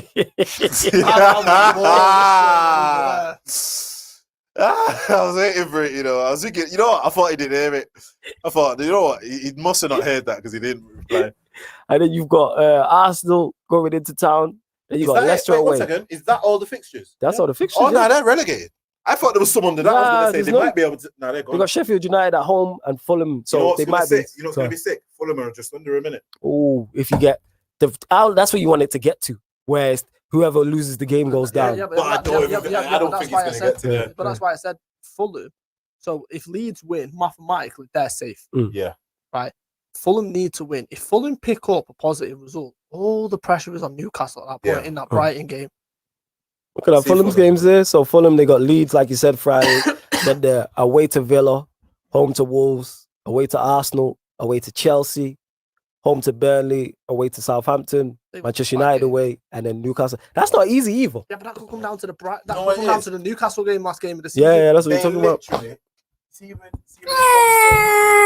What happened? Go! Oh, this guy. See when it comes to Wolves. Yeah. See, I say Villa, Wolves, and Southampton. They've got more chances to pick up points. Yes.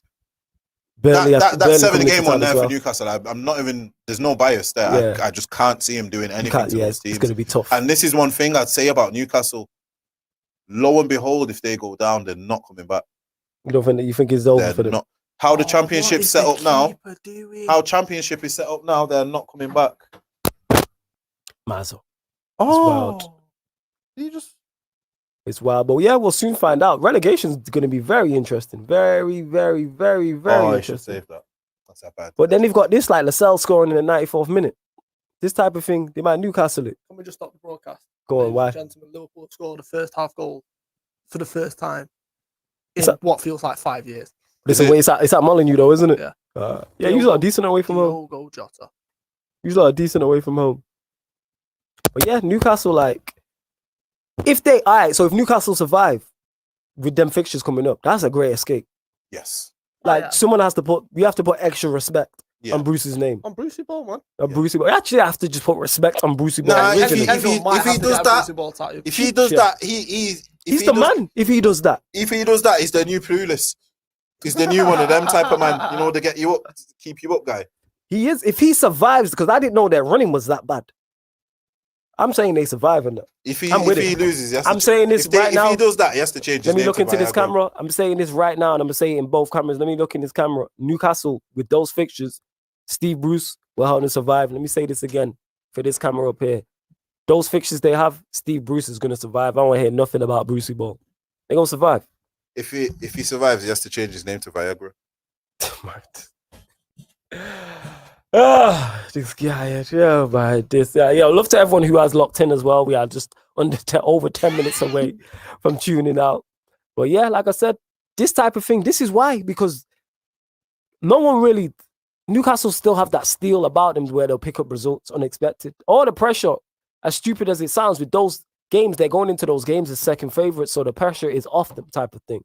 As silly as that sounds. You get what I'm saying? Like reverse psychology. They're not expected to get points from those games. Look at that run. That running is ridiculous. Yeah, but at the same time, the pressure's there because Premier League football. I reckon they survive. No, I reckon they do as well, but there's still a lot of pressure. Okay, even with that fixture list, unpopular opinions. Because I think they'll beat Burnley. Popular. I think they'll get enough draws in between the wins and losses. Having a look, I think that even the chances they miss, like, you know what it is. One thing I say about Newcastle, yeah. Go on. See, this isn't like Andy Carroll Newcastle. Yeah, and by that I mean they had at least one way to get a goal. Right. Do you understand? Yeah. They knew, bang it up to big man. Yeah, get it in the mixer. Get it in the mixer. We'll do something. Yeah, they don't even have that. I hear you. I when I watched them, I really struggle. Unless you see when you watch Newcastle, yeah. If Gucci Mane ain't doing a madness in the first 5-10 minutes, they got St. Maximum as well. He's a factor. I could see him just going on a run, scoring like 5 goals in the last 7 games or something like that. He needs to leave there anyway. But that's the difference. Yeah, that's unlucky. That is miles unlucky. Good header though by Watkins, but that's unlucky with the deflection. He needs to leave there. Yeah. Gucci Mane. Oh, definitely. You know what? I'm not gonna lie though. He needs to become more productive as a player. Yeah. You get what I'm saying? Adama Traore vibes. What, from Gucci Mane? Yeah. At times, yeah. End products at times is not there. You see this whole Traore end product thing? I ain't gonna lie. I don't even look at him and think end product. I think, what's the product? What are you? What are you, bro? You're fast. Yo, Wolves were trying to sell him for like 70 million last season. You're fast and strong. Yeah. You're an athlete. Yeah.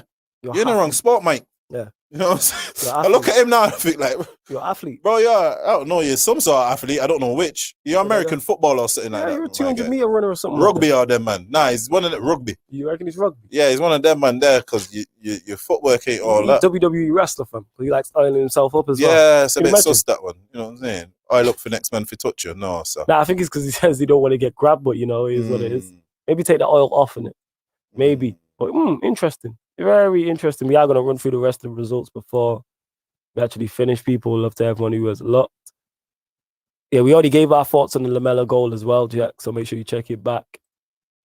Where we at? Sorry, let me pull up the rest of the results. It's how we're not interested in talking about United, but we move. I digress. Yeah, I'm not even giving you the satisfaction. There ain't really much to talk about. United won 1-0, move back into second. There wasn't much going on. There really wasn't much going on. What other result? Crystal Palace beating West Brom. One thing I will say is my prediction was right again about McTominay, but I get laughed at for it. I said to man, it will become important because he can score goals in a team which doesn't have goals in it. You get what I'm saying? A man laughed at me, Stro. All right, thoughts on, you wanted to talk about Crystal Palace beating West Brom. I think West Brom are done. I think Crystal Palace is safe. Here's a question. Why would I specifically want to talk about what could have possibly happened? VAR, that's the only thing I think why you want to speak about this. I haven't seen this match, but it must be VAR.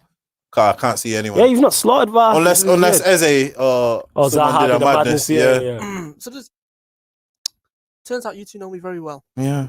Yeah. You think we do shows? It's just, honestly. Why? What was it? Was it I'm building up to it because it's... Was it a goal denying one?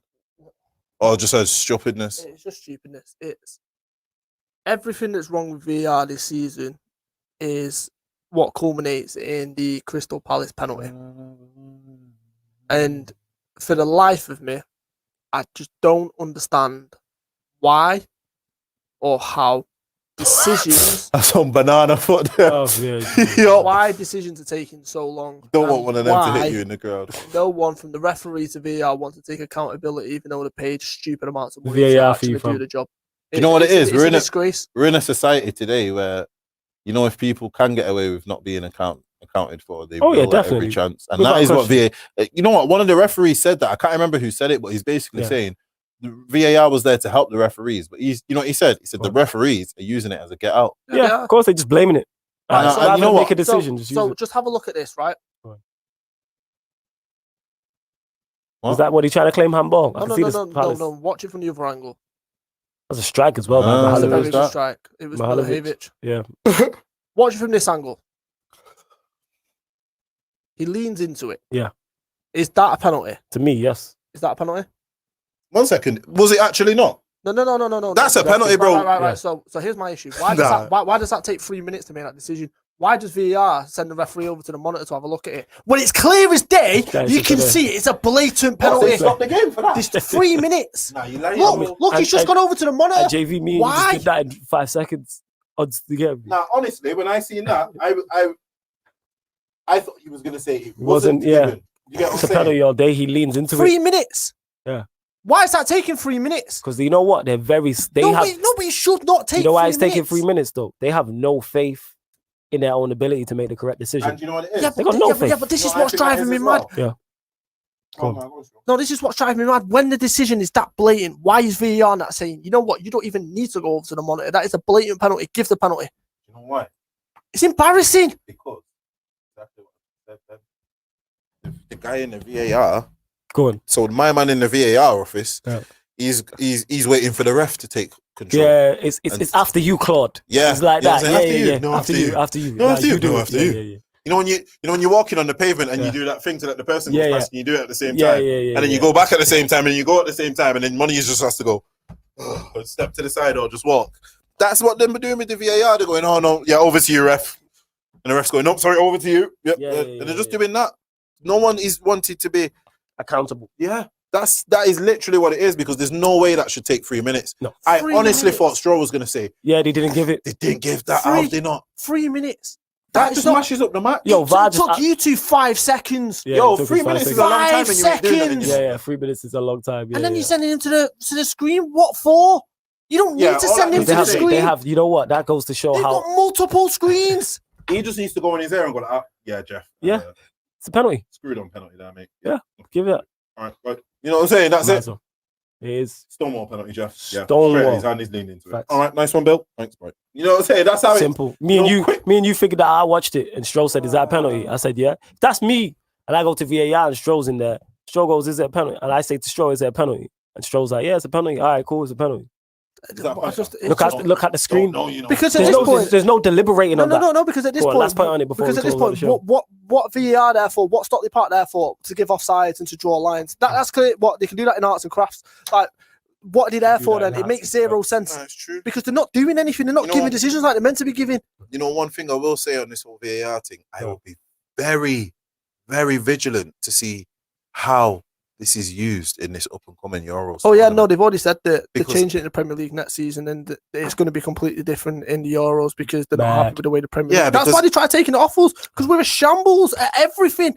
We ruin everything. Man begged for it, you know. Man begged for the VAR. And the thing is, VAR is fine. You know what the problem is? The use of VAR. Yeah, because you know what? I was watching Bundesliga? Yeah. Or was it La Liga I was watching? No, not La Liga. You know what? I watched bare football on the weekend. I watched Bundesliga. And I watched French League. Yeah, no problems. I did, and I watched. I mean, full matches, bro. You'd think they don't have it. There we go. You'd think they don't have it. You can. It's just incompetence. But love to everyone who has locked in. This has been From a Fair Dive View. Make sure if you're watching on the YouTube, you like, share, subscribe to the Pi Radio channel. Same with the Twitter. Same with the Facebook. If you're listening in via more traditional radio means, we appreciate it. We're here every Monday, 7 p.m. till 9 p.m. discussing all the Premier League results, Stroll, JV, and myself. This has been From a Fair Dive View on Pi Radio. Thank you very much for tuning in.